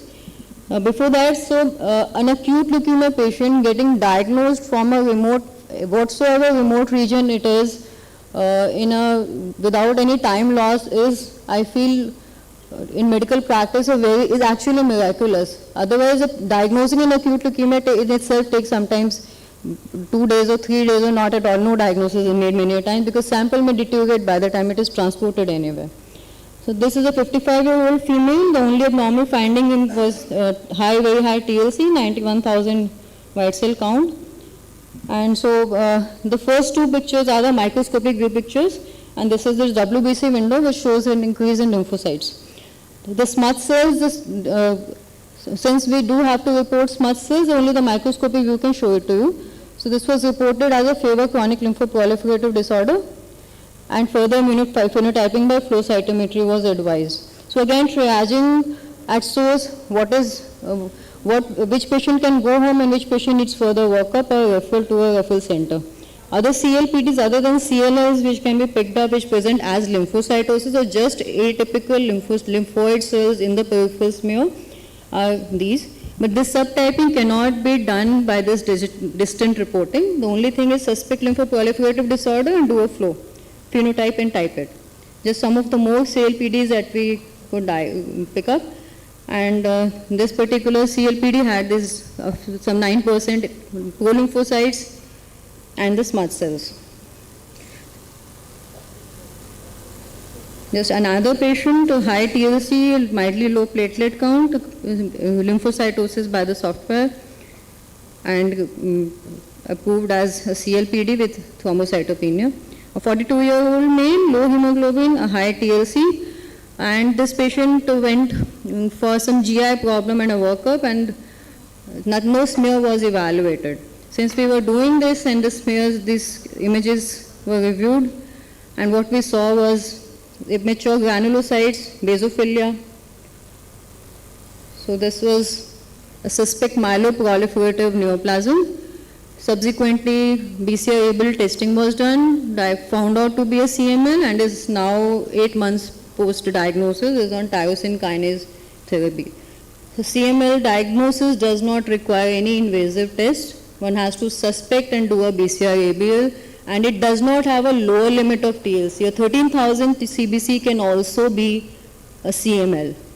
So please do see the slides whether under the microscope or a digital platform anywhere. A 60-year-old male, all counts are normal, a low hemoglobin, a mildly elevated TLC, mildly elevated platelet count. In practical scenarios, none of these counts are too bad. So what do we see? High monocyte count. In the neutrophils, there are more than 10% pseudopelvic neutrophils, bilobe neutrophils.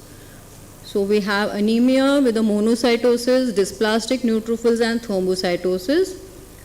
The smear, nothing other than a smear evaluation can tell you this.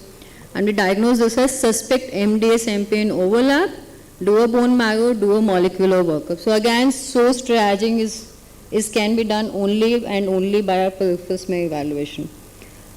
So suspect MDS, we can't diagnose an MDS on the peripheral smear, but they lie between the normal people only, with not too bad counts most of the times, but it is important to suspect and direct them appropriately. A 64-year-old male, pancytopenia, here there are severe cytopenias, a mildly macrocytic indices, neutrophils, bilobed, more than 10% neutrophils are bilobed. Granularity I can't comment on this platform, but ideally it should be looked at when you see it under the microscope.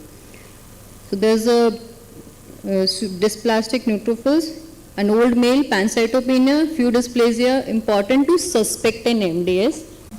A 58-year-old male, RBC disorders. Cytopenias, Leuthemia vera, but by criteria we have to do a BCR-ABL and rule out a CML before calling it a vera. So JAK2 and a BCR-ABL is to be advised. Both of these tests do not need a bone marrow. Look at the smear. So I'll take you through some of the benign disorders. So this dengue season, there was a lot of thrombocytopenias. With or without thrombocytopenias, just a plain CBC workup. We could see these reactive lymphocytes. You see these cells with deep blue cytoplasm. So telling the doctor there that is possibly dengue is also very extremely helpful. So the n number of patients, just one case over here. So my reactive lymphocytes, thrombocytopenia, so look for a dengue virus infection. So coming on to more benign disorders, what is the most frequent benign disorder you see anywhere and everywhere you sit? 70% of our population is anemic. This is the last NFHS survey. 70% of our population is anemic, including children, including males, adult males. 1/4 of adult males, more than 50% kids, and more than 60% females.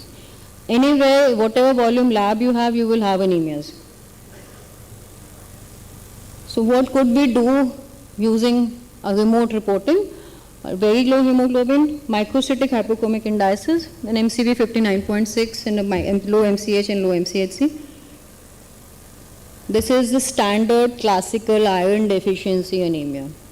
You just say anemia or you say it is an anemia, possibly iron deficiency, give her iron therapy is the most useful report to write.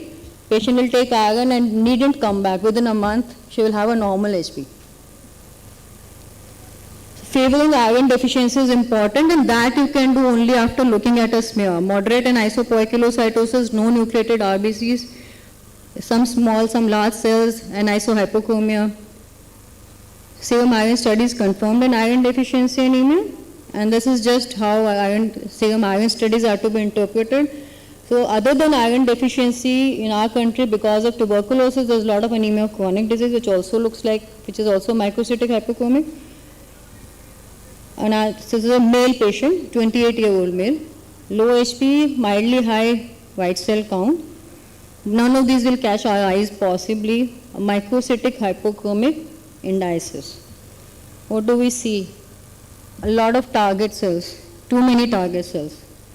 So it's a microcytic hypochromic anemia with targetemia. CBC had a low HB and a high TLC, mildly high TLC. So what are the differentials? It could be a liver disease, because I'd keep that liver disease up because TLC is also high, and a hemoglobinopathy. Since he is young, you will also do an HPHPLC and look at the clinical picture or your own laboratory's biochemical workup for his LFT. Just anemia, so CBC again can be a window into a more systemic disorder. Liver is just one of them. Again, a young male, 30-year-old male, very low HP, indices are microcytic hypochromic, an MCV of 74.3. This is still a microcytic hypochromic anemia, few erythrocytes, target cells, mild eosinophilia. So this again, you shouldn't hesitate in writing in a male that favors iron deficiency, because in our country, if a diet of the family is deficient, then possibly the male can also be deficient. And there are other reasons, worm infestations, poor diet, which are not, don't have any sex bias, and a blood loss from anywhere. 1/4 of Indian males have anemia. Just a few common causes: iron deficiency tops the list, chronic disease, thalassemias, and combination of more than one etiology. But again, do look at a smear, it may point at one of these. Skip this. It's young male, 7 gram HP, only anemia with macrocytic indices. So macrocytic indices, again, smear evaluation can help in specific diagnosis. Hypersegmented neutrophils, macrocytes, ovalocytes, favor B12 folate deficiency, advise therapeutic trial. This bottom note, in my experience and to my wisdom, is very, very helpful feature. Macrocytosis cell counter can say, it is megalo or not, you have to say, by looking at your smear, digitally or otherwise. Common causes of a macrocytic anemia. Just one pointer from my experience, that macrocytic megaloblastic smears is a window into many systemic deeper disorders. Many hemolytic anemias in distress become megaloblastic because of folate crisis, and we do see it in experience too. And one additional case, interesting one, macrocytes, hypersegmentation, classical megaloblastic anemia, no differentials here. He was a 40-year-old male, cytopenias, low HP, low platelet, megaloblastic, macrocytic indices. But patient was a CML patient on therapy with a TKI, and TKIs cause megaloblastosis. So that's why we write correlate with clinical details. Or go get back to the doctor and ask him, so what he has. So most commonly we will see microcytic hypochromic picture with hypersegmentation. Most of these patients would have an iron and folate deficiency because their dietary sources are the same. 21 female, low HP, very low HP, very low platelet. What do we see in the smear? Spherocytes and polychromatophils. Just the same counts. Counters cannot give you a diagnosis, but this is not a nutritional anemia. This patient has a hemolytic anemia. So autoimmune hemolytic anemia, and no other test is more useful than seeing these spherocytes and polychromatophils in the smear for diagnosing an AIHA, because Coombs may fail, Retic may fail you, anything else can fail you, but if it is AIHA on smear, it is an AIHA. So this patient was an autoimmune hemolytic anemia with thrombocytopenia, query Evans, because Evans has both low platelet and low hemoglobin. Coombs was done, which was positive, direct and indirect, and on clinical history, this patient also was APLA positive. So this female actually has SLE with APLA with hemolytic anemia. A young male, 40 male, low HP, very mildly low platelet. Again, we see some spherocytes and polychromatophils. An autoimmune hemolytic anemia, or second differential of a spherocytic is an hereditary spherocytosis. Very young female, moderate anemia, mild leukopenia, microhypoindices. There cannot be any differentials over here, only on these findings. What do we see? A moderate anisopoikilocytosis. Other than elliptose targets, we see some enucleated RBCs also. So hemoglobin of 7.6 with nucleated RBCs cannot be a nutritional anemia. NRBCs can come in IDA if that is a severe anemia. So this patient was hemoglobinopathy, clinically called as a thalassemia intermedia. That is an anemia which seldom requires transfusions. Just a repetition, young females, spherocytes, polychromatophils. So what do I want to convey over here? Nothing can replace a good peripheral smear evaluation. If you start wrong, you cannot end anywhere. You can order 100 investigations, no diagnosis can be made. And a smear evaluation is best done as close to the sample draw as possible. A sample being transported from one station to another and smear being made 24 to 48 hours later is unlikely to yield anything useful. That is where the importance of a remote reporting comes in, because in a population of 1.35 billion, only 1% lives in metros where the specialist is centered. So any patient of an APML, of an acute leukemia, or even severe anemias, they do deserve a diagnosis. And these digital tools, if in right hands and used judiciously, can help us overcome these medical deserts and make equitable healthcare for all available to all. So sample transportation, which is being used, it has a high cost, high TAT, and that high TAT along with the compromised morphology. So does digital or telereporting tools which are here and maybe accidentally, incidentally or by choice, we use them, are they the solution? They are to be in the hands of human intellect. Otherwise they can do disasters. Otherwise, because what are the limitations? The pre-analytical, a bad sample, bad smear, bad staining, these pre-analyticals which we face in everyday lab remain there. The current system that I am using does not have an oil immersion objective. So that limits the evaluation in the sense of a platelet morphology. So I can't make fancy diagnosis of giant gray platelets, viscotalrates and stuff like that using a 40x. Finer nuclear details. So a CLPD typing which we can do sometimes on morphology, that it is a follicular or a mantle or a CLL, that is not possible. But these technical pitfalls are only temporary, because the way technology is advanced, and over the past 1 year when I started using it to date, it has evolved immensely.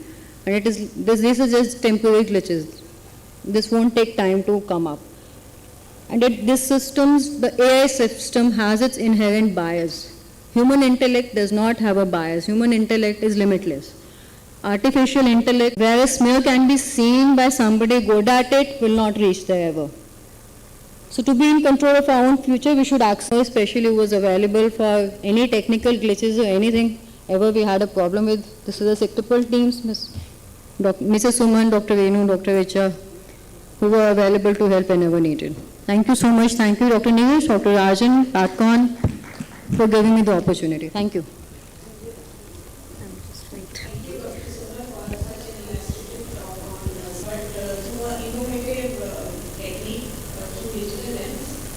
And very important is that it's the important point which she has noted is that it's really difficult to transport sample and wasting time in transporting the sample. It's better transport images.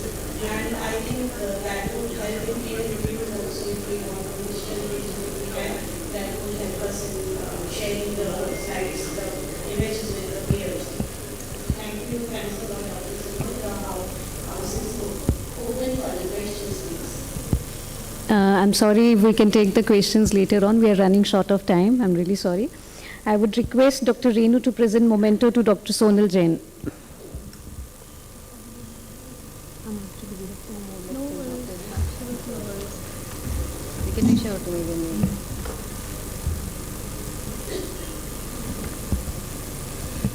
And I would request Dr. Juhi Chandra to hand over memento to Dr. Renu.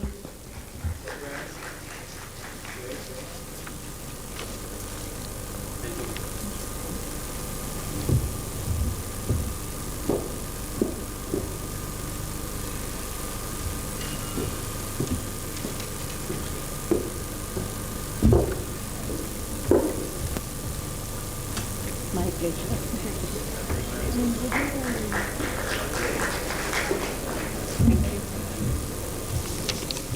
So another scientific session for today is on the round cells. Round cells in histopathology. I know as far as pathologists are concerned, it's a big dilemma for everyone, and they are the major masqueraders and mimickers in histopathology. And To deliver the lecture, we have none other than the Dr. Nalini Bansal with us, a well-known name in histopathology, especially the gastro and the hepatopathology. And for the chairperson, I would request Dr. Shuchi Ghai. Ma'am is consultant and quality manager at Yashoda Hospital and Research Center, Ghaziabad. I would request.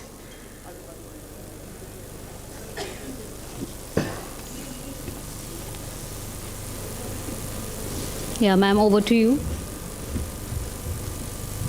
A very good evening and a warm evening to everyone present. Now, I think we can start with the scientific session.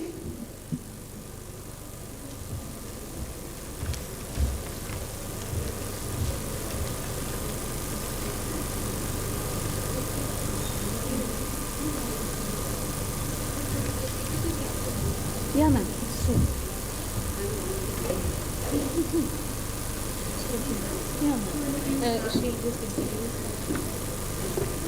To introduce ma'am, she is currently Director, IGHTN course, and the present affiliation is SGT University, Gurgaon. She has an experience of 17 years, and she is constantly involved in various academic activities and has over 80 publications to her credit. Awarded UICC Technical Fellowship at Queen Elizabeth Hospital, Birmingham University, and she has published a book on liver biopsy named Liver Biopsy Made Easy.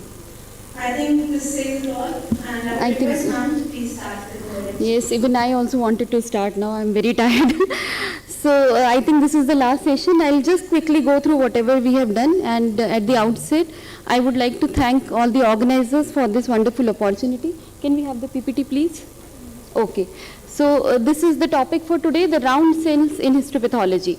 So as they have said that my area is gastro, so I would be concentrating only on the round cells in the gastric area, and this is what we will see. So what are the outlines of the talk? It's going to be round cells, lymphoid cell pathology that we'll be discussing. We'll be discussing how to analyze these round cells, what are small and what are large, because that is one clinical dilemma which we face when we read the pathology slides. Then the different lymphoid lesions that we see in the GI tract, and finally we'll share 5 interesting, but we'll cut down them too as the time will permit. So the outlines will be small cell, the size. The size of the cell is very important, whether it is a small size or it is a large cell size. What is a small? So we see a lot of lymphomas, we see a lot of lymphoproliferative disorders, and then we always ask ourselves, is this small? Small is never a problem. Why? Because you know that these are lymphocytes. If it is equivalent to the size of a RBC or a lymphocyte, we know it is a small. So small is not a problem, and as in the previous talks in hematology, a lymphocyte with the adjacent RBC. RBCs are normally 7 to 8 micrometer and a lymphocyte is 7 to 10. So RBC and lymphocytes are almost equal size, and any cell that we see on histopath is a small cell. So this is on histopathology. When we look at cytology, it's easy. On histopathology, it's little difficult because the cells shrink, and normally you're going to see a smaller cell size.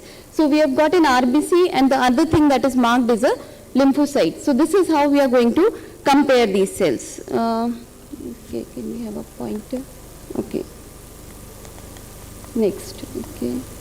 Do we have a pointer here? Okay. So this is a histiocyte. Now what is large? So let's see this cell. Is this looks large, the one that is being pointed? Is this looks large as opposed to the other cells in the background? Yes, this is a histiocyte. So what do you see is, you compare the nucleus of this cell with the cells in the vicinity, and the cells in the vicinity like these, they have got a nuclear size which is smaller than the nucleus of a histiocyte. So if you have got a cell which is larger than the nucleus of a histiocyte, then these are the ones that we are going to count as large cells. So that is one criteria to say that these are large cells. Another thing is, you compare them with the RBCs, and if they are twice the thickness, the diameter of the RBCs, then also we are going to say that these are large cells. So this is a lymphocyte, and this is how we are going to see them. Now, okay, I'll skip this. Then we have got the small, medium and large cells. So as I said, histopathology, it's very difficult because a small you can easily identify. The medium ones are the one between the smaller ones and the large ones. This is the medium cell, and then we have got a cell which is more than 2 times the nucleus of a lymphocyte, and this is what is being counted as a large cell. So this is the only defining criteria by which we classify these round cells on a histopathology, whether these are small cell or these are large cell tumors. So now what do we do further for the evaluation? We do an array of immunostains. So once we have identified the cell size on histology, we are going to do an array of immunostains, and we all are aware of the B cell and the T cell markers, and finally we should add a proliferation marker, that is key 67, for the evaluation. So now when you put an immunomarkers and when you see these cells, what actually will happen is this. I don't know where is the audio, but you all can recognize what is this. This is Tariq pe Tariq. So you put your first panel, you put your second panel, and then you put your third panel, and at times you will end up finally not doing anything. So with this we come to the basic things that we have learned so far in the round cells in histopathology is small and large. We now come to some of the interesting cases, and I have specifically put only the gastric lesions here.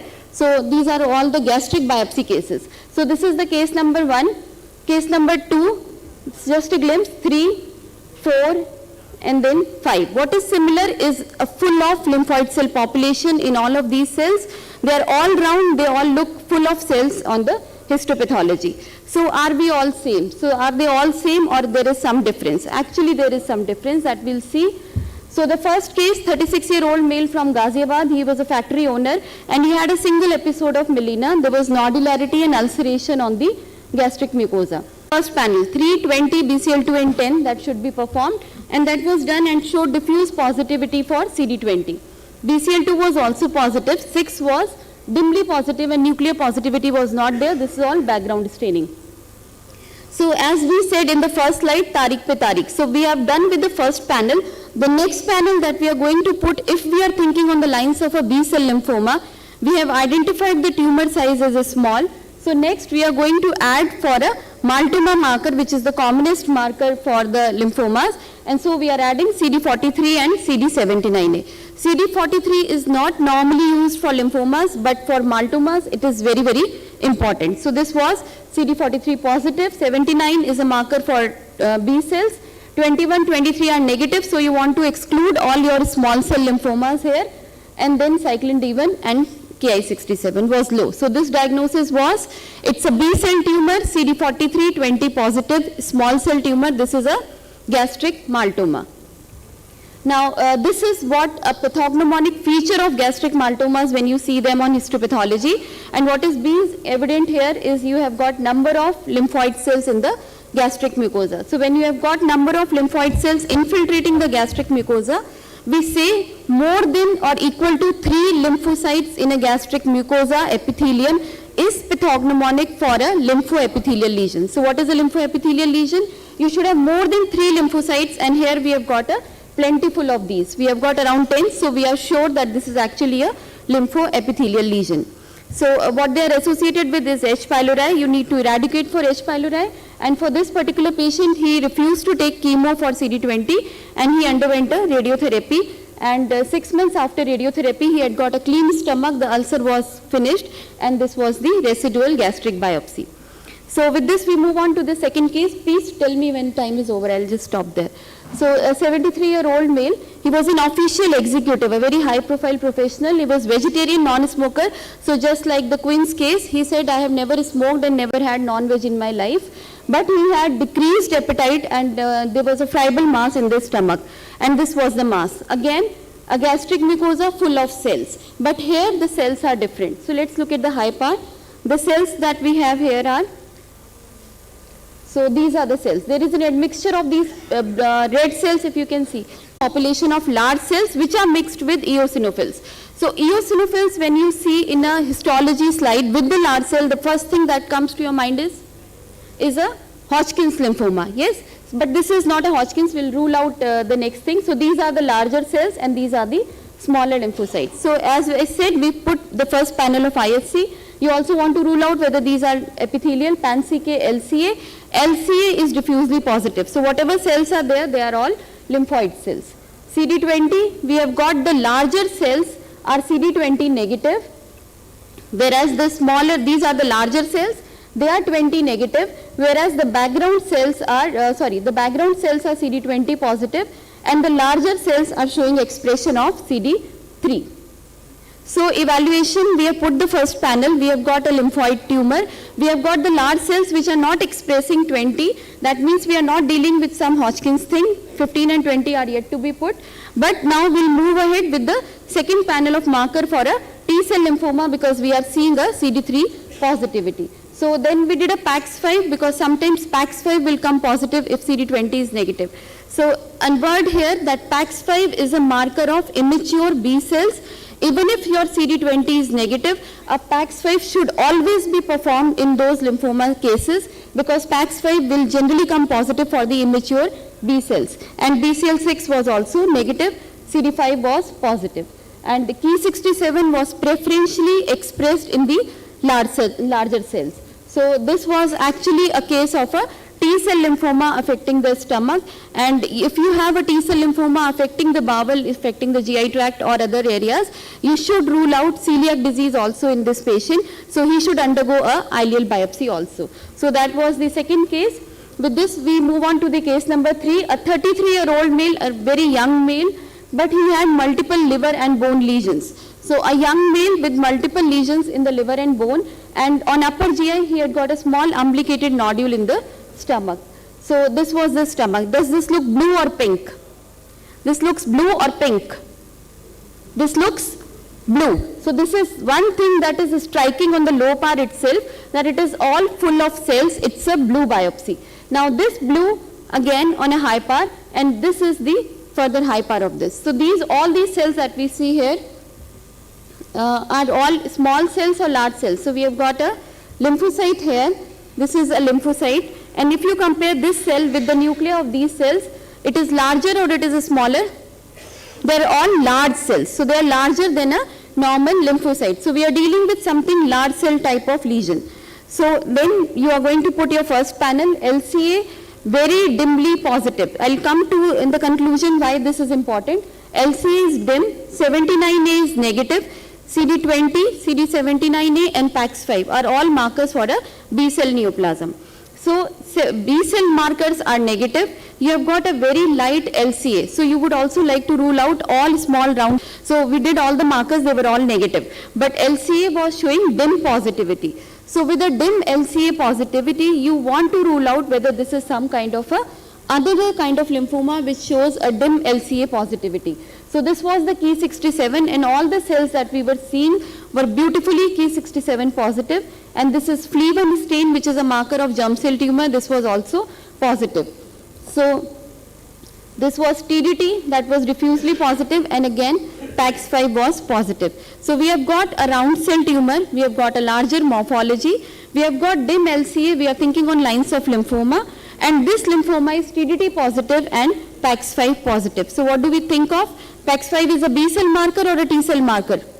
It's a B cell marker. So we are now thinking on the lines of a B cell lymphoma. So this was actually a case of B cell lymphoblastic lymphoma affecting the stomach, and that's why the patient was also having lesions in the liver as well as in the bone. So what should be done? He should have got a peripheral blood smear examination before to this.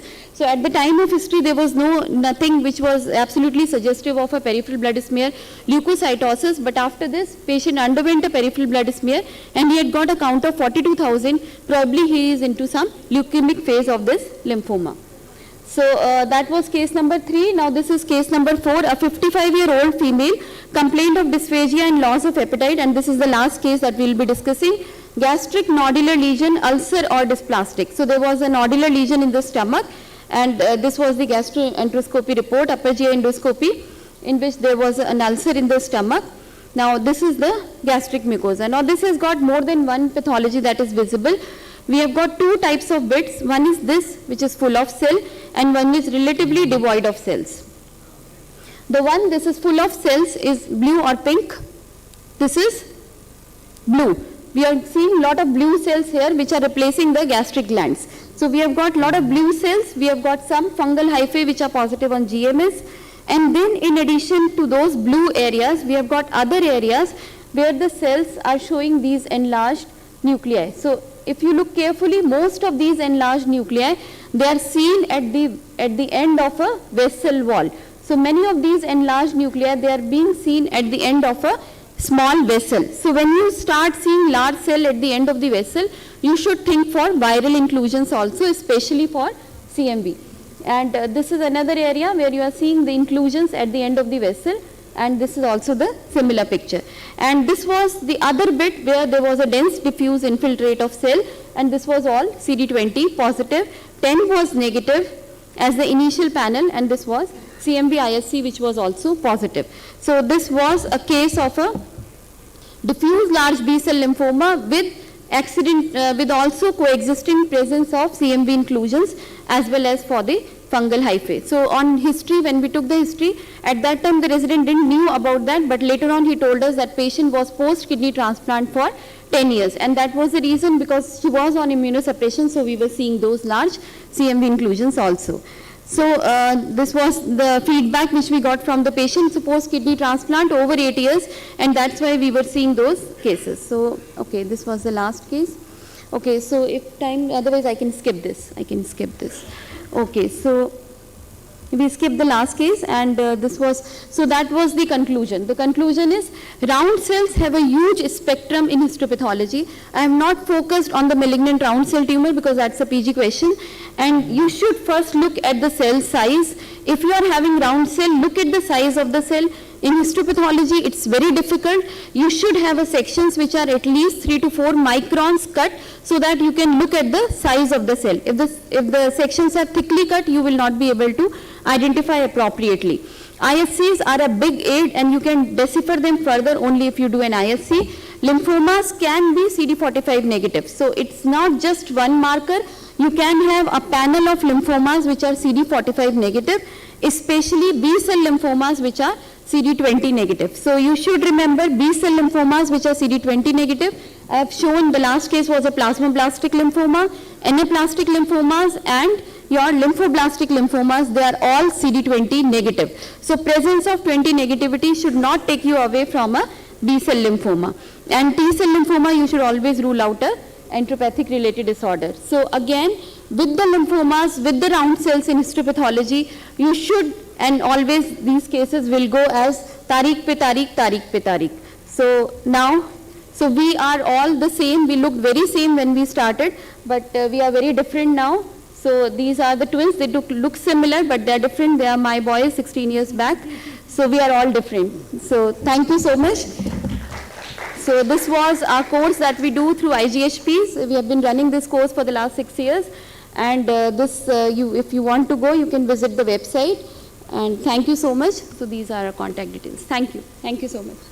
Thank you. Thank you so much, ma'am, for the concise outlook. Ma'am has very clearly illustrated the histopathology and the immunohistochemistry of process. And our view will be crystal clear while looking at these cells. And we won't need any more rallies. Thank you. Now I would request Dr. Suchi Ghai to present a memento to Dr.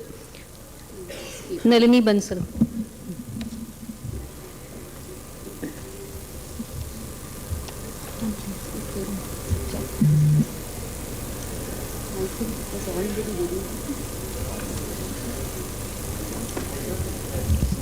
And I would request Dr. Subodh Gupta to present memento to Dr. Suchi Ghai. Sir, please. Okay. Thank you.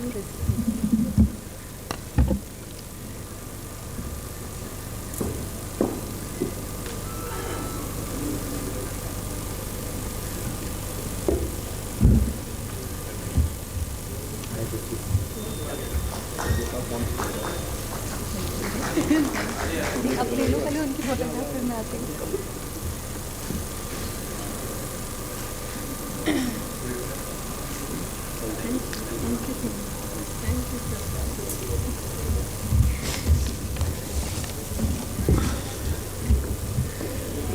So as we are here to conclude our sessions, we have with us Mr. Vikram Pagaria. Sir is an officer of 2010 batch of Indian Revenue Services and has been posted as Joint Director at National Health Authority. So sir is here to guide us regarding the advantages of Ayushman Bharat digital mission for pathologists and LIMS users. Sir is responsible for accelerating adoptions of digital health in National Health Authority. He coordinates with the various private and the non-government organizations to integrate with Ayushman Bharat digital mission. I welcome Sir be on the stage and educate us regarding the Ayushman Bharat digital mission. Thank you. Over to you, sir.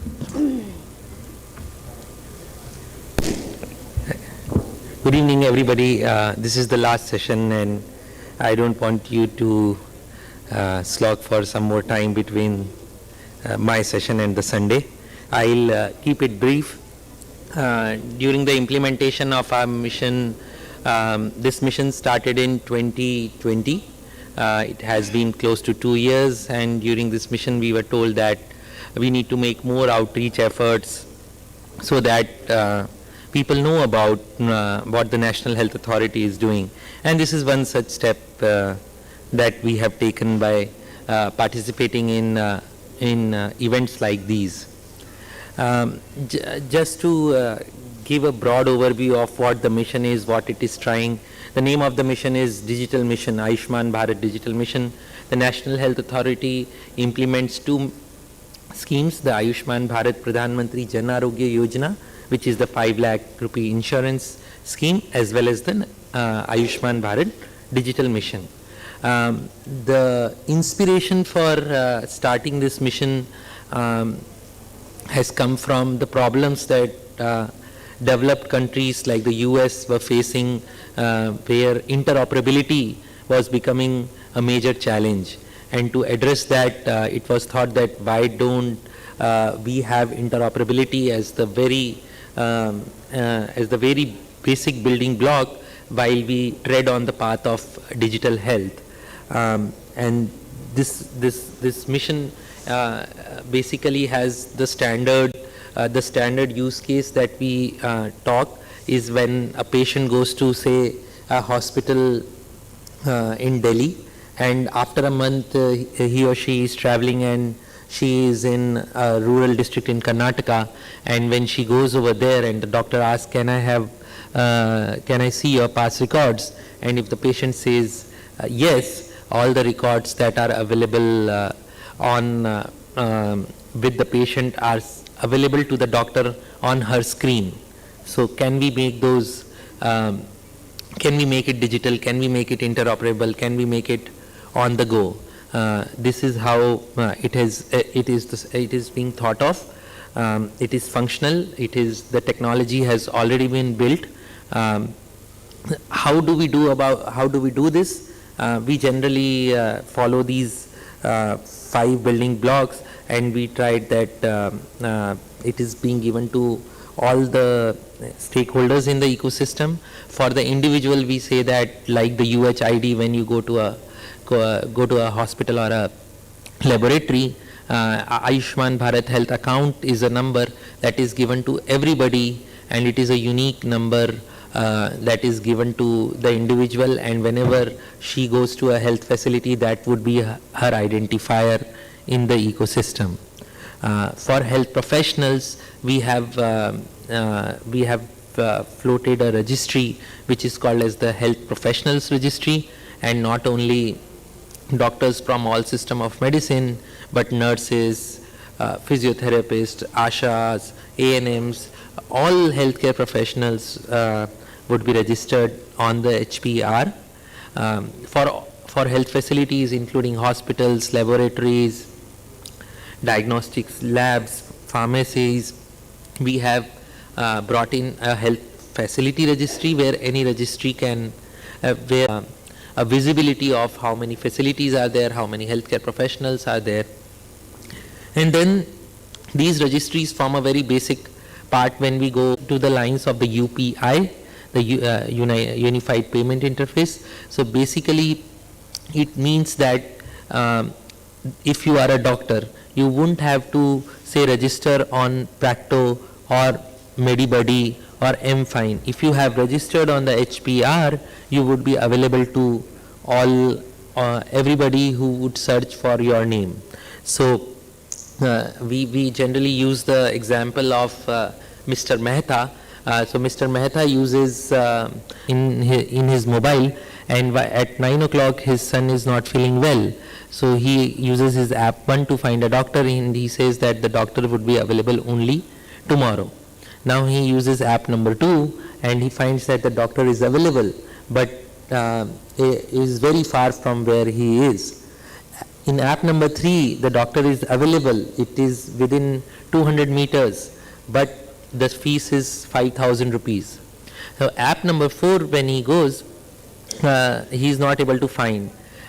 At the same time, his wife was using app number 5. She found that there is a doctor who is available, and she is available within 200 meters, and using UHI, all the doctors who are available would be seen on one platform. And to us, we think that it would be as powerful as what Paytm, PhonePe, Google Pay, Amazon Pay has done to the financial sector. I think they will be very powerful.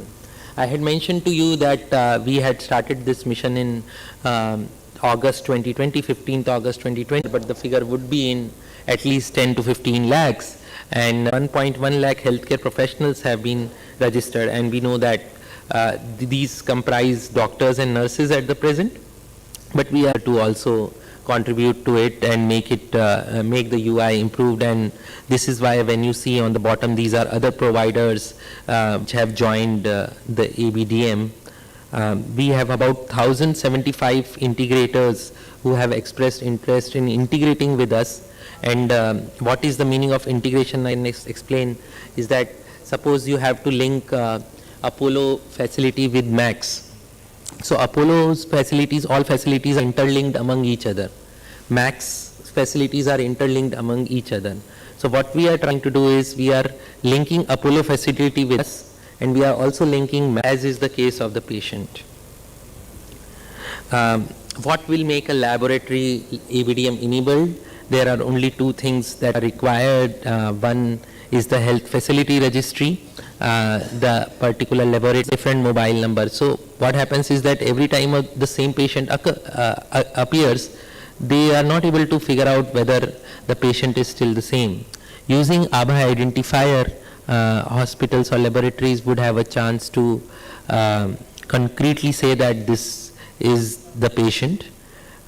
Secondly, when we talked about Mr. Mehta's example in the unified health interface, a lab's profile will be visible to all patients and doctors on NHA portal. So suppose you register on our portal once, for everybody you would be visible. And since you would be visible to everybody on all portals, you would have increased referrals. There is also something which is called as linkages among different schemes of the government. So all of the different government programs are also getting integrated with ABDM. So yeah, eventually if you get linked to us, then this would be a linkage to other government facilities also. Yeah, please.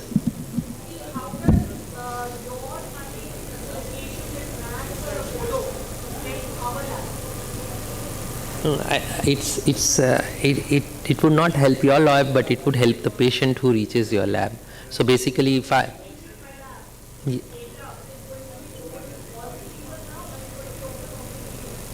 no, not to us. Suppose the patient reaches your lab and you say that, suppose the radiologist wants to look at other previous scans, and if your radiologist asks whether can I have a look at your previous scans, and if the patient says yes, then the scans that are available with the patient, even if they are from Apollo or from Max or any other laboratory, would be available to you also, and vice versa.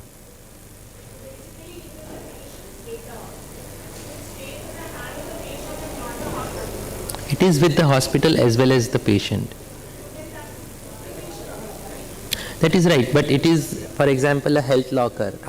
If I go to, suppose I go to a hospital, they give me a prescription, I get a copy, they also have a copy.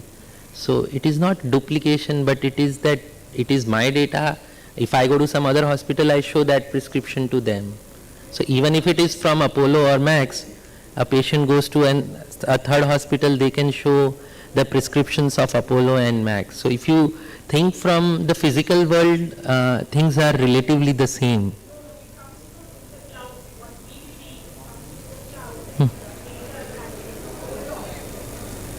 So that is why the data is not, so see, the data is not National Health Authority or the Ayushman Bharat Digital Mission has nothing to do with data and to mine it.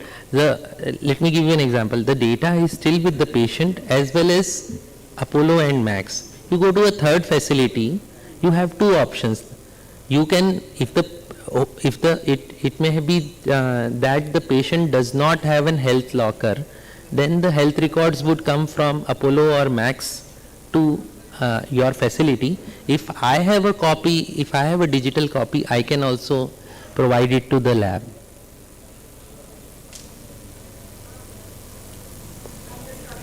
Yeah, sure. So I was coming to monetary incentives, and I was trying to say that we're also trying to bring in policies where we can financially incentivize laboratories and laboratory solution providers, hospitals, hospital solution providers, hospital software providers, laboratory software providers, so that if they use, if they create ABDM enabled digital transactions, we will provide financial incentives, because we understand that there is a cost that is incurred by the laboratory to onboard. So it's kind of a reimbursement facility. We also have tied up with QCI and NABH, so that whichever lab solutions software come and get integrated with us, we also do a further check whether the software has good UI UX interface or not, or has good features or not. Suppose there is no internet, can it work or not? So things like that we have tied up with QCI. We think that it would becoming an ABDM enabled lab would also get an additional tag of trust of the government. And at the end of the day, if we anonymize the data, for example, how many cases of malaria, how many cases of COVID they came, we will be able to get much more, we will be able to make much more evidence-based policies, and also automatic reporting, making available this data as per the notifiable disease as of many of the laboratories would already know, but this would make it very easy if you use a laboratory management system. This is my second last slide. I think how can you become a part? You first become a part of the HFR. You just have to do it in some 2-3 steps, and then you use an ABDM enabled LMIS, and you can choose from choose from the facilities from the LMISs which are available on our website.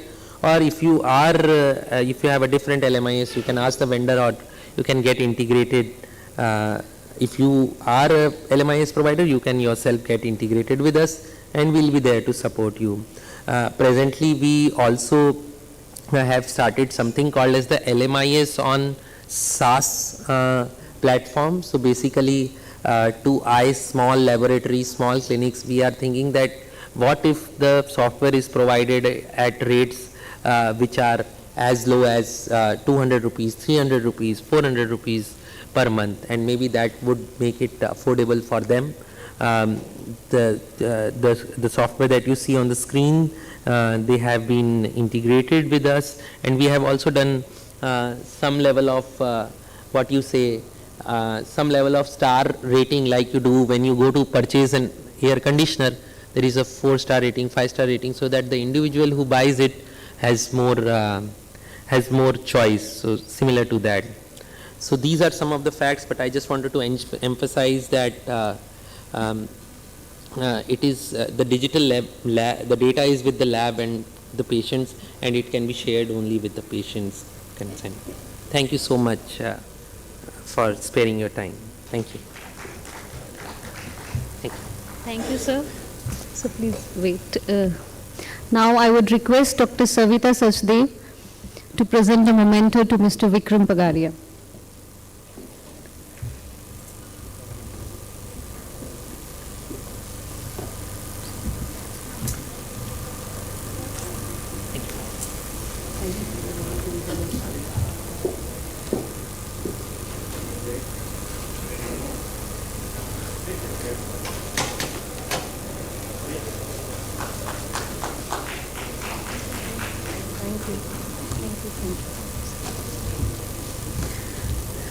So here it's time to conclude our Pathcon 2022, and thank you everyone for your patient listening and be here. For all organizing committee members, please note your mementos are outside near the tea stall. So please collect your memento. Because of time constraint, we are not able to provide memento from the stage. And thank you very much. All our faculty members, all our organizing committee members, all our delegates, all our industry partners, all supporting staff, Alpcord, Taj Vivanta, our photography team, Srivani channel. Thanks to everybody for making this program successful. Thank you very much. Looking forward to meet all of you next year in the December, again 3rd December of the 2023. Thank you.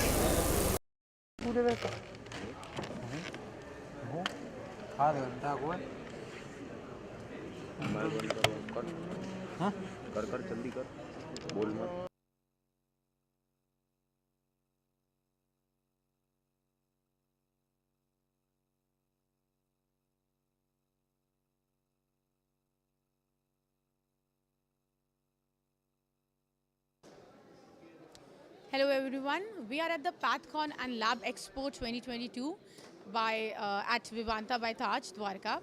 So the first stall we have is Horiba Medicals. So let's talk to the concerned person here. What is the new technology which we can see on the display? Let's have a look what we have when it comes to the new advanced technology for the diagnostics. Hello sir. Hello ma'am. So I just want to know what have you displayed here? What are we offering today to the public when it comes to the new medical technology? What are we offering? Okay, so let me give you some insight of as an organization what we are today. So Horiba Medical is one of the fastest growing organization in hematology. We are almost number 2 player in Indian market with the pan-India reach, and our motto is to bring the healthcare solutions to within the reach of every individuals of this country. So that we can strengthen the solutions and affordability, and people can get benefit of those tests. So, you know, healthcare is one of the challenge today, and many of the people, they are not able to get the proper healthcare solution because of the affordability. So we thought of bringing a solution which can really meet them with the highest level of quality. So that's how we are placed in the market today. And Horiba is basically a hematology player. We have wide range of products in the hematology segment. However, we are not restricting only to the hematology, because diagnostic is a big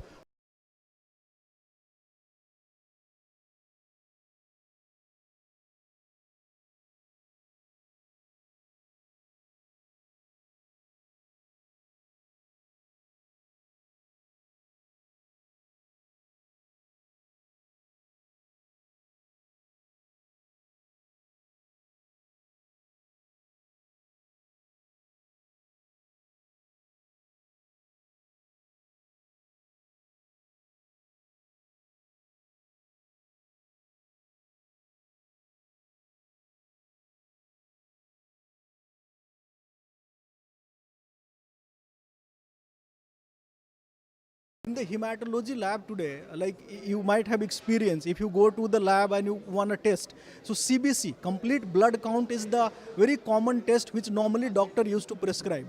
So what does it mean? It will test all your blood parameter, that what is the number of your RBCs, WBCs and platelet, and depending upon the abnormality, doctor will give you the treatment. So we call it our cell counter. Cell counter is the machine which measure the counts of the blood.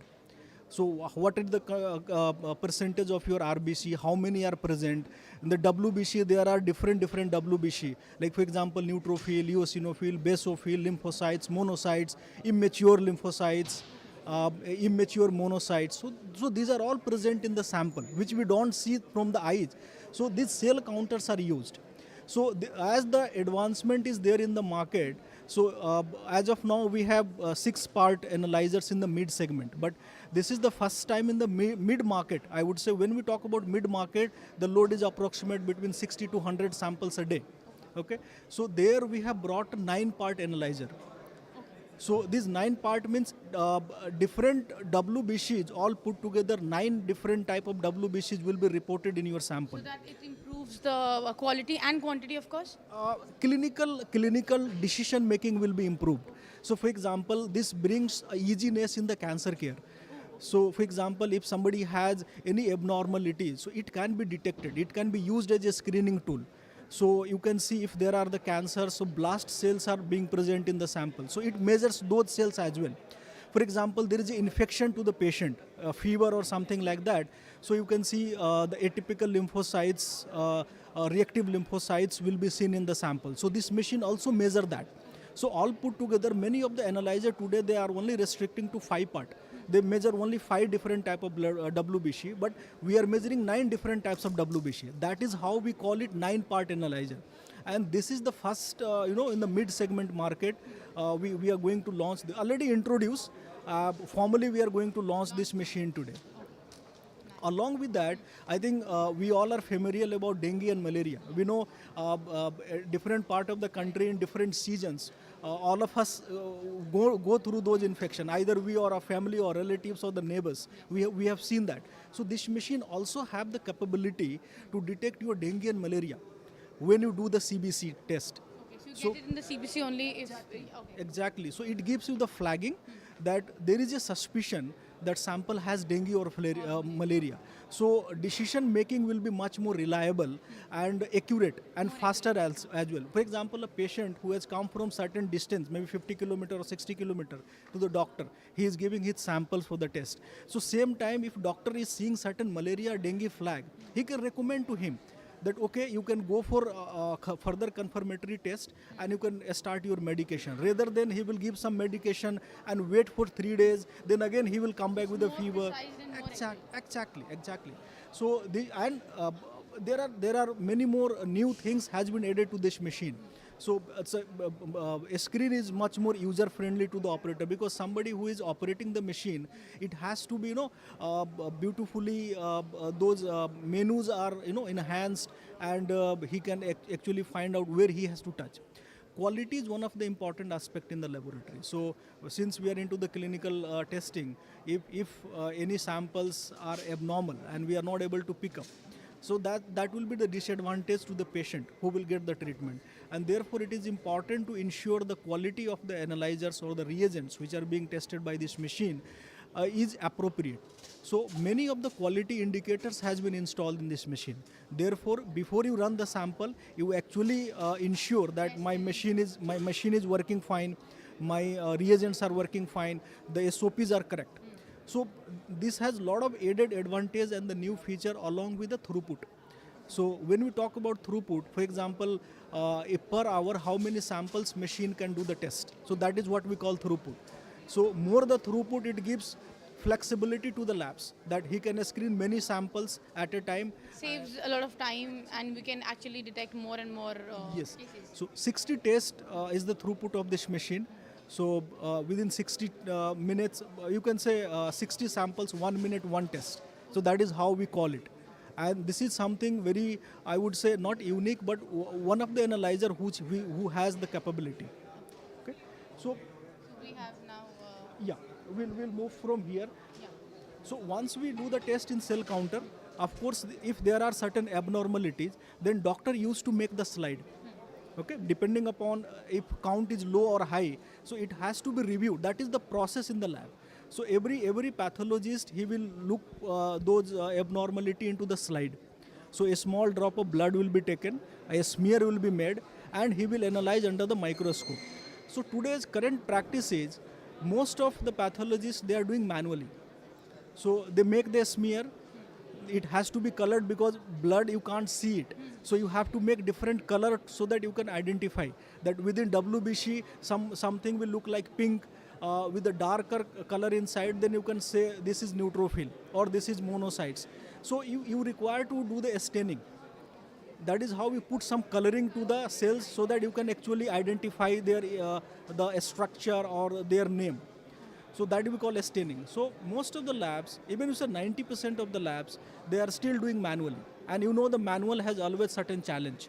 You are doing it, so your based on results may vary, and you never. It's not precise as machines, right? Yes. So it depends upon person to person and very subjective, and also depends upon how much expertise that person has.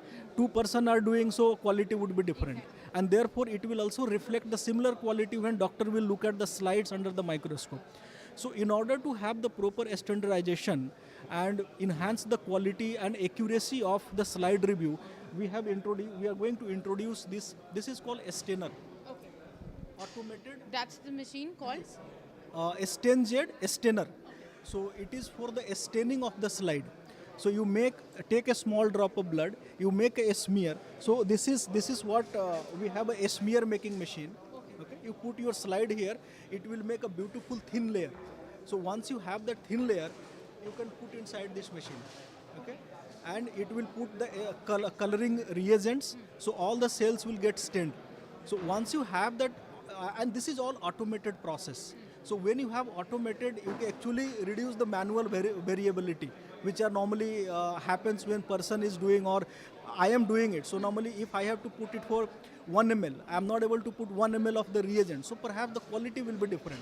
But when machine does, it exactly puts the 1 ml. It exactly keep for 5 minutes. You don't need to increase or decrease, or you may forget the steps. That will also have the challenges on your result. So this machine is capable of doing. It will make the beautiful staining of the slides, and it has 5 different positions. So at a time you can put 5 slides. Okay. So 5. So again, it saves time, and the results are accurate and everything. Yes. So once we do the staining part here, then the another part is come looking those cells under the microscope, and you count them. So again, today's practice is doctors do the manual counting. You might have seen the microscope in the lab. If you go to the pathologist cabin, you might have seen him. Yes, many a time. In the schools also we see when we are in the lab, right? So many a time he is busy looking at the microscope. So what he does is, he takes the slide and he used to count. He used to look at the structure of the cells, morphology of the cells, that depending upon the disease or infection, the cell's morphology will be changed, number will be changed. So do you really think, those are the times, were the results accurate then, or the results are more accurate now, or just we have to say just because the technology has improved, so we say that today's time is more in terms of precision or accuracy, but do you think that the earlier there is a continuous evolution happening. So as of now also many doctors, they are very much familiar to do manually. When they see it under microscope, they believe more. The old is gold kind of a thing, they believe in. Of course, like critical disease, where the cells finding maybe one cell, if you are able to look at and you are correctly able to visualize that again enhance the treatment process. But when you compare with manual and automated, of course automated brings more kind of accuracy to the result. So rather than you look at under microscope, perhaps you may miss it, or when you make the staining also, it may be darker or maybe thinner.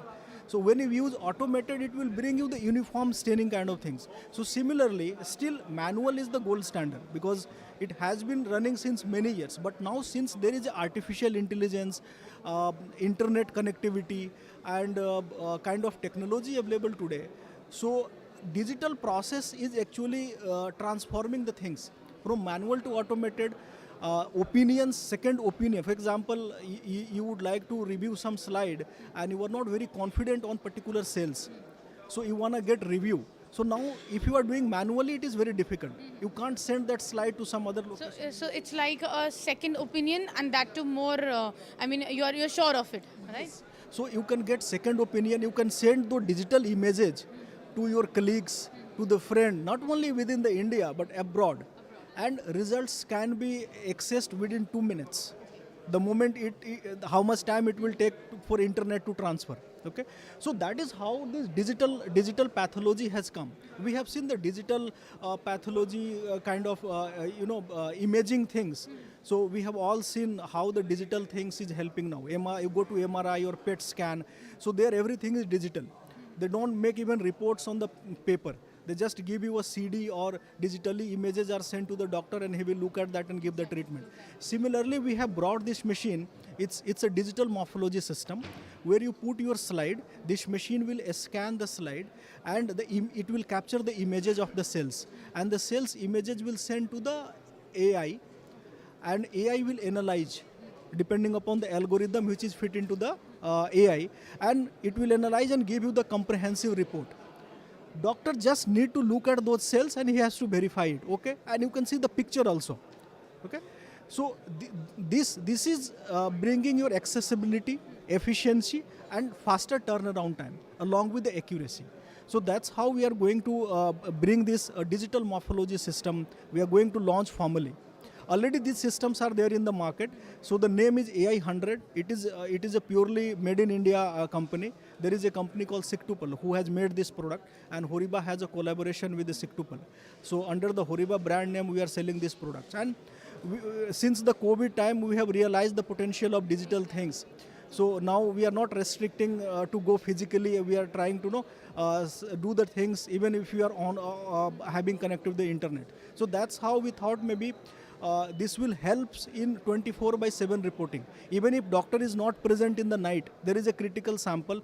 Operator just need to make a slide and a scan here, and images will send to the laptop. Doctor can analyze it and give the reporting. So this is how things are getting transformed today with the technological advancement, and of course company like Horiba, who is very promising in diagnostic setup today, to bring more newer tests which can actually help the country as well as the citizens. Thank you so much. So this was Horiba Medical with 3 new diagnostic machines which actually prove that they are going to be the boom for the healthcare industry. As a signal which we would like to launch, so I would request Neeraj sir.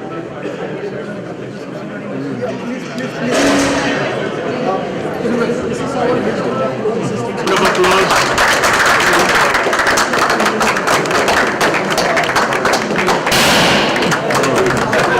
And we are grateful that this Dr. Neeraj has organized it, and it is, I would say, Sarbat Khalsa keh lo ya Samagam keh lo, kuch bhi keh lo, pathologist, ultimate pathologist जो actual practicing है, जिनका काम actual matter करता है, जिन्होंने COVID में help किया है, they are here.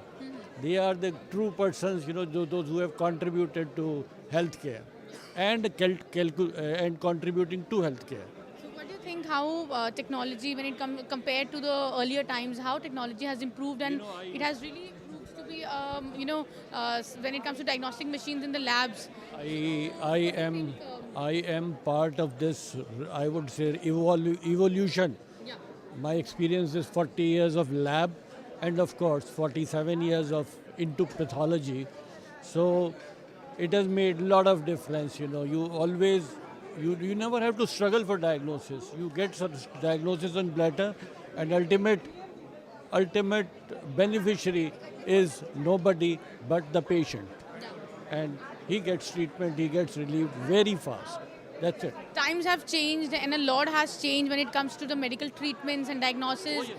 So, I mean, sometimes people say it's not good, sometimes people say it's actually good. So, how do you cater to this difference? Listen, it is very, very clear. If it is managed, results are interpreted by a pathologist, then it makes all the difference. And if it is done like a machine in a mechanical way, like, then things become commercialized and bad.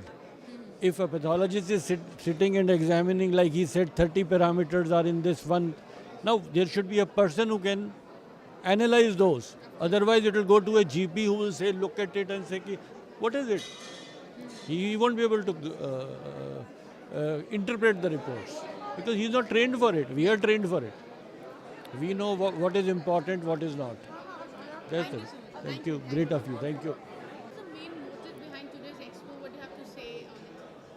See, the main motive behind this Lab Expo and Pathcon is we want to upgrade the knowledge of our colleague, and we want to build up good relationship between industry partners and laboratory people, because this is the platform where everybody is standing together and talking to each other. And this company Transasia is known for this technology, known for this is family nature of business. They consider everybody as family, not as a customer. And here the first lecture was on technology, second lecture was on histopathology.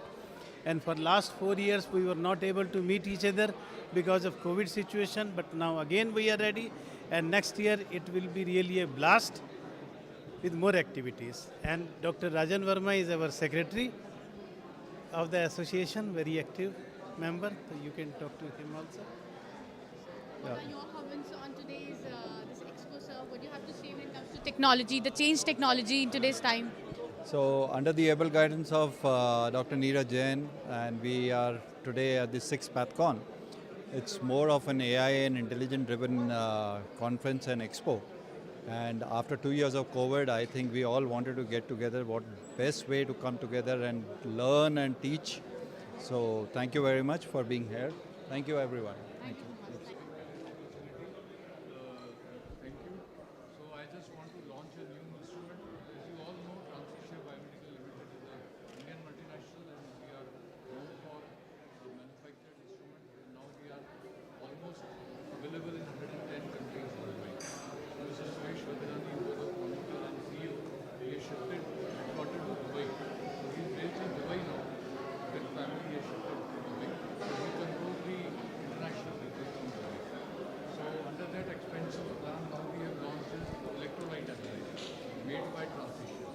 last 25 years we were marketing US-based company, light company, medical. So now this is our own manufacturing. So whenever you think about electrolyte, what is the first thing which comes in? Electrode. Life of electrodes. Electrode, correct? What we have done is that we have removed electrodes. Oh, don't sit. Without electrodes. Oh, that's wonderful. Sensor technology, where you have small sensor like a phone में chip होता है ना वैसा. So you have a small sensor which is a disposable sensor. So whenever you remove the pack and you put a new pack, your sensor is replaced. So this has many features, like one of the most important feature is your LJ chart. So none of the electrolyte in the market has a LJ chart. So we are also giving you an option of LJ chart. You can run controls. You can do a bidirectional connectivity, again, which is not there. And third most important thing is your sample volume. So in most of the neonatal cases where you have very less sample, so almost all electrolytes, they take 100 microliter of sample. This is taking only 35 microliter of sample. Okay, so many more features are there which we can show you. So I just want to ask Dr. Rakesh Sharma to inaugurate this.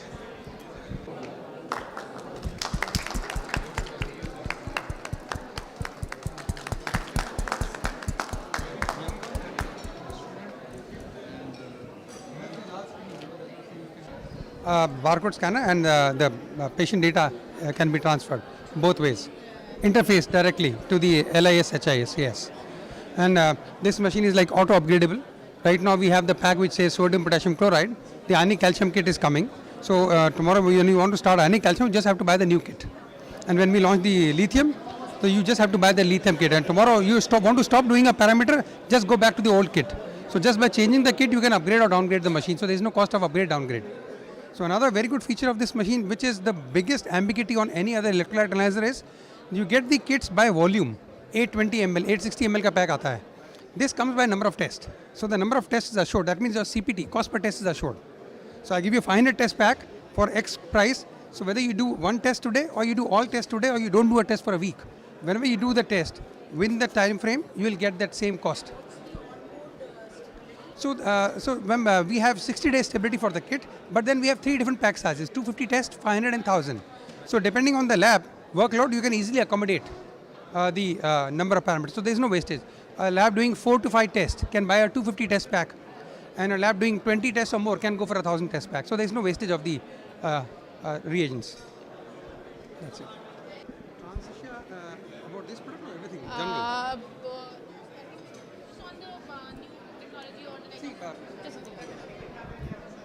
What do you think the times have changed, the technology has changed? So what do you think it is actually, people say that sometimes it's not good because science and technology has advanced too much, sometimes it's good. So what is your take on that? See, again, the development is happening. Every year we see a new machines coming in. And this is one example, where on electrolytes, where people have been doing for the last 30 years on a different machine. The biggest problem was, as I just mentioned, was the cost of electrodes. Every year you have to change electrodes, so that's a recurring cost. And the current technology that was available was, whether you do a test or not, your reagent is getting consumed. So the machine is consuming reagent, you're spending, even if you're not doing even a single test. But on this kind of a machine, you will spend only when you do the test. So the technology is becoming more user-friendly, more cost-effective and more economical, right?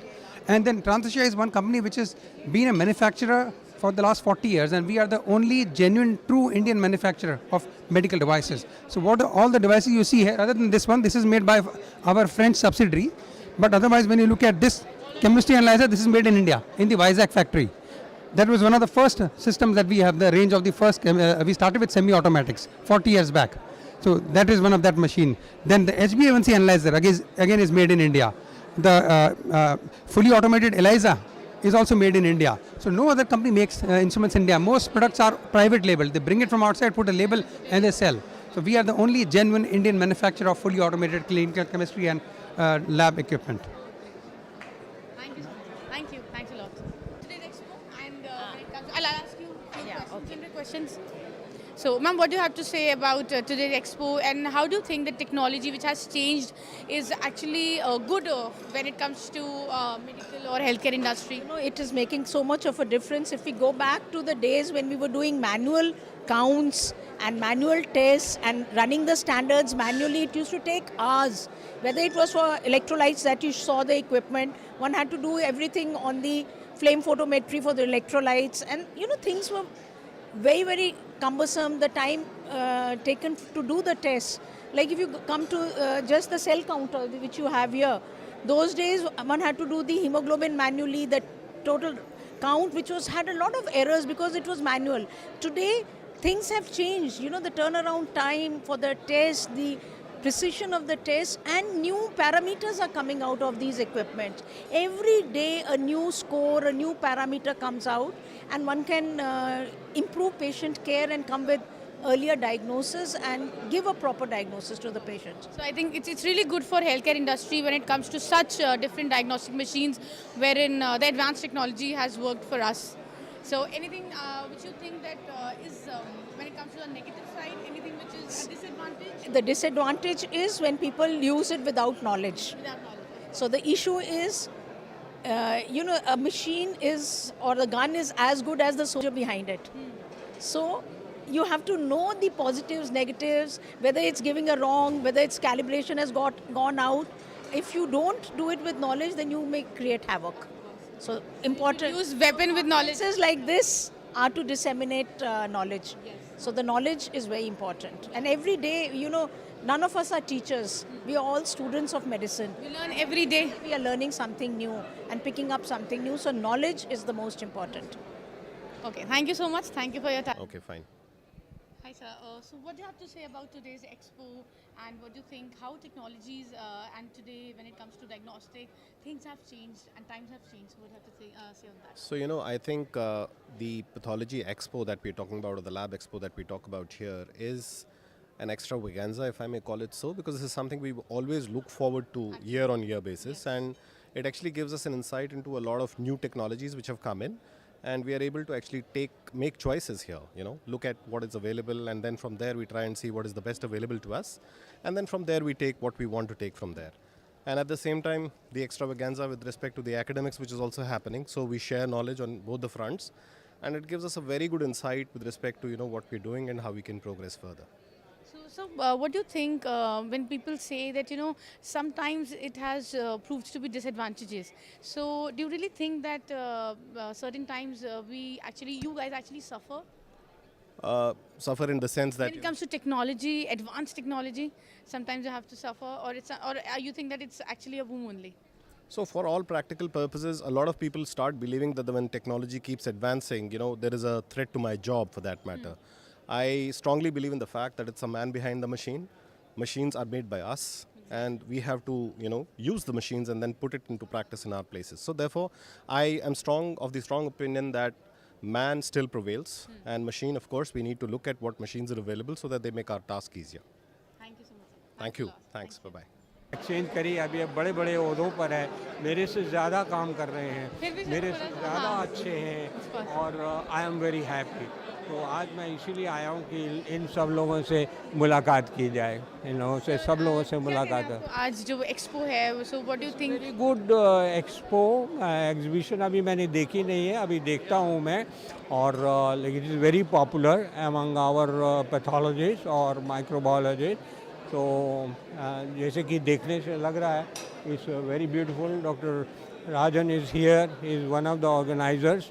इन लोगों ने बहुत मेहनत करी है, and I am very happy and proud of them. जैसे science change हो गई है, एवोल्यूशन हुआ है इंडस्ट्री में, हेल्थ केयर इंडस्ट्री में, so there is a lot of evolution that has happened. So what do you have to say? हाँ, industry में बहुत एक्सप्लोजन हुआ है, टेक्नोलॉजी बहुत बढ़ गई है, क्वालिटी ऑफ जो एश्योरेंस होती थी वो बहुत इम्प्रूव कर गई है. तो ऐसा बात नहीं है कि इम्प्रूवमेंट नहीं है, there is a lot of improvement, and gradually it will improve more better. With the time, it will improve more better. So, what do you have to say on today's this extravaganza expo when it comes to medical line and the healthcare industry, and when it comes to the changing times, the science, the evolution? So, what do you think? How times have changed when it comes to diagnostic machines? What do you have to say? If we talk about technology, I think artificial intelligence and digitalization is entering almost every sphere of our lives.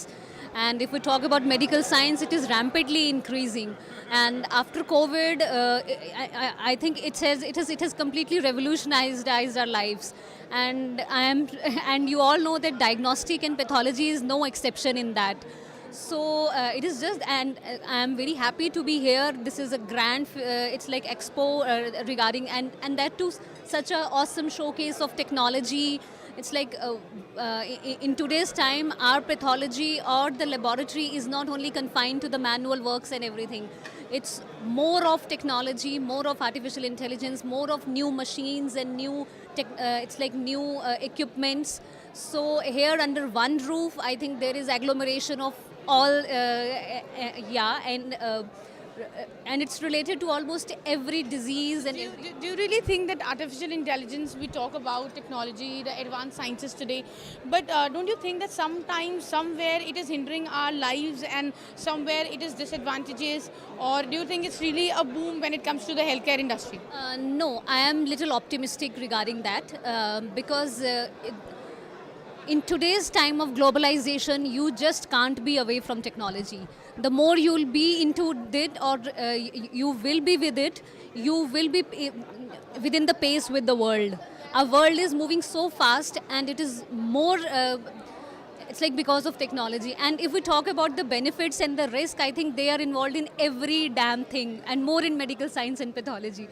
Here you have to always choose benefits over the risk, and the benefits over the it's like the side effects. It's not only for in case of technology. If we it's like talk about some medication also, we always think it's like about the positive effects and not about the side effects when we come to using it. So for me, I don't think so it is going to hinder. It is gonna augment our work.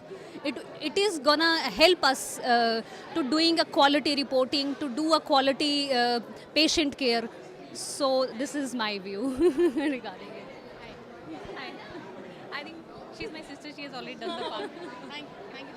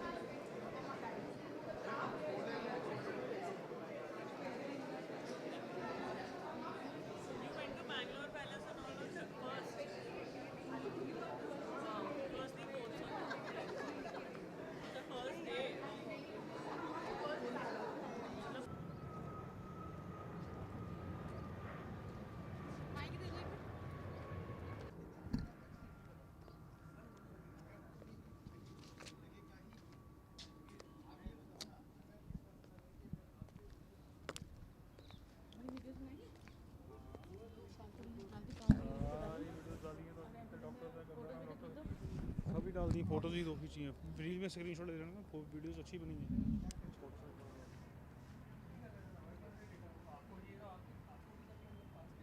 We are Biomerio India Private Limited. We are a diagnostic IVD company based in Delhi, and we deal in immunology and microbiology automation. We have a long association with the Association of Practicing Pathologists, and our systems are installed at almost every location, and we are known for our quality products, and we are very glad to be part of APP. It is a very good organization, and the doctors are really focusing on providing quality reports. So we are proud to be a partner for this association. So, what do you think? What is your take when it comes to the different, with the changing times, with the different technology, the advanced technology, when it comes to diagnostic and machines? So, what is your take in that? How do you think the technology has helped us when it comes to today's time?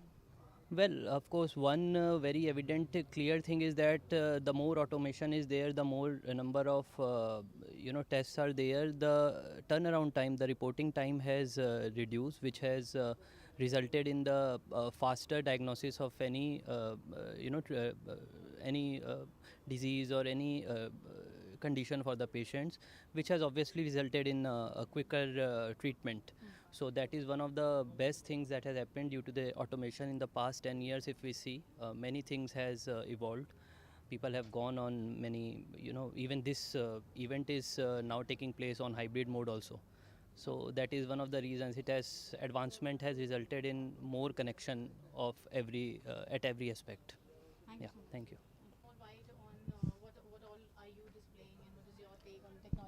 So actually, we are from Crillo Health, and we are providing cloud-based software for diagnostic centers.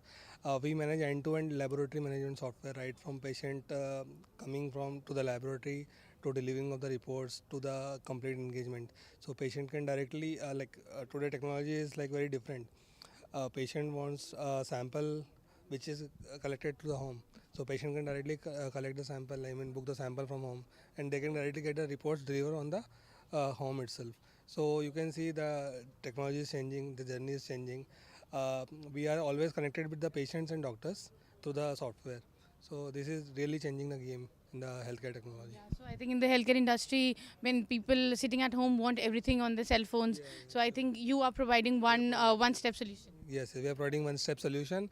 It will be easy and affordable to the patient, and lab can offer much more promotions and offer an activity. So it saves times, and it really helps to get everything handy. Yes. Thank you so much. Thank you.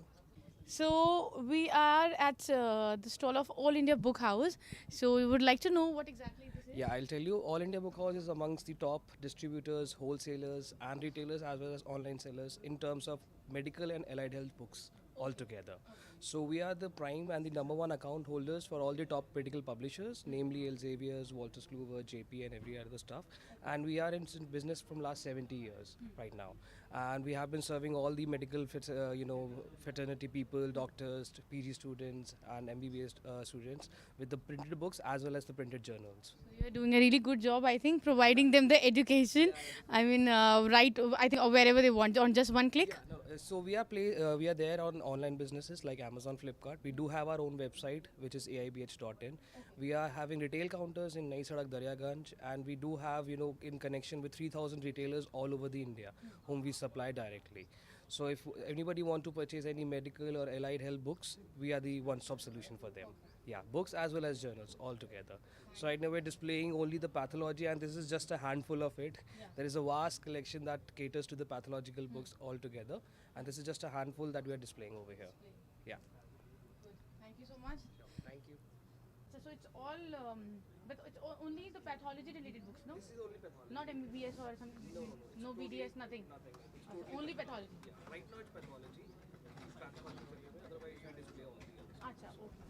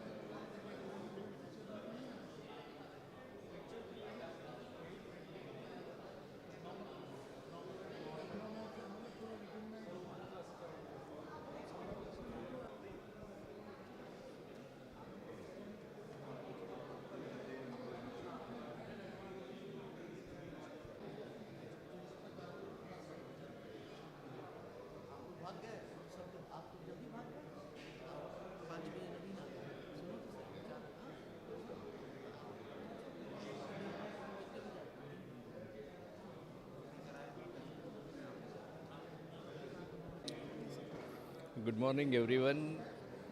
I am one of the faculty here and speaking on the legal issues in laboratory practice. Because day to day there are many cases are filing on the pathology laboratories because the investigations, the laboratory variations, how to keep the record, what are the responsibility of the pathologist towards the patient. I will talk on the overall scenario of the legal perspective of the pathology practice. Thank you. Thank you, sir. Good afternoon. This is Sanjeev from Speed Bio India Private Limited. Before this, I was working for Siemens. As you know, before starting this healthcare business, I was working as in Siemens Healthcare at least for 9 years. And if you talk about total experience, I'm carrying almost 20 years plus of experience in this industry. So idea was to come up with this product was to serve the human at affordable quality, good quality products, no compromise on quality at affordable prices to the people of India. So I and Santosh 4 or 5 years back, we met and we started discussing what should be done. So idea came that we should start something our own. We have launched this, today is the first day. This is the birthday of our product, dream project we can say, that is Speed Bio S8 and S9. Initially we are starting from HPLC. Maybe we'll add, because I told you I'm carrying 10 plus of years of experience in MNC, wherein quality is no compromise at affordable prices. So we have started this. We'll gradually grow up. I can see here this is that hemoglobin analyzer. So I think it's when it comes to advanced technology, science has advanced, it's like evolution now in the healthcare industry. So what challenges do you really face when it comes to technology? Because the times have changed. It's not like earlier. Absolutely. Very good question actually, frankly speaking, because if you see in healthcare, you will find there is no other company. You can see a lot of companies right now in this place also, but if you talk about manufacturing, there is no manufacturing in India. So what we have thought is, we should come up with make in India kind of products. So initially we have to take this product from out of India. We are importing it, we are getting it registered in India, and slowly we will make it in India. So we will start make in India quality, which is globally accepted, I will say, and we will start preparing this product here in India. As well as the government, and we did both together. We did the good business and good bonding with the customers. So that's the main intent for them from the company. People say sometimes the science has evolved and there's a lot of new technology, but sometimes I think people like they say that the earlier days were good. Now it's too much of technology, too much of advancements. So do you really think that sometimes you guys have to face this challenge that earlier days were okay, people come and say, or there are I heard that there are a lot of consumer cases also, you never know. So somehow technology also hinders our lives also in a bad manner. So, if we talk about the 10-year backs, people, some of people, not all the populations, they are not aware of what is the hemoglobin, what is the HbA1c. But right now we can say the 70-80% population, they know that what is the test and what we can need to do. Very much uncertain whether we will be able to put this or not, whether we will be able to put this on-site. Therefore, we kept one day online and one day hybrid. So that if anything happens, we will shift to complete workshop online. But God grace, with the support of all our industry partners, with the support of our faculty and delegates, all support staff, we are here and holding this on site. And I think all of you are enjoying it, and you can see very well the atmosphere here. Everybody is enjoying, everybody is gaining knowledge, and we are looking forward to meet you next year also with a bigger entertainment, with a bigger education, and lot of enjoyment also. Thank you.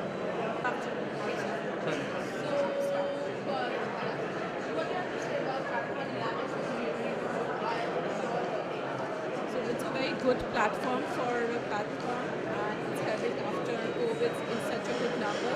This was heartening to see, and the best part is that COVID has taught so many things. So the hybrid platform, I think, is working wonders. Yesterday's workshop were very nice, very influential, some great speakers they had, and I think it's going to be a very good for all pathologists and microbiologists as such. And we had a lot to learn here and a lot to see. So all the very best to the organizers of Pathcon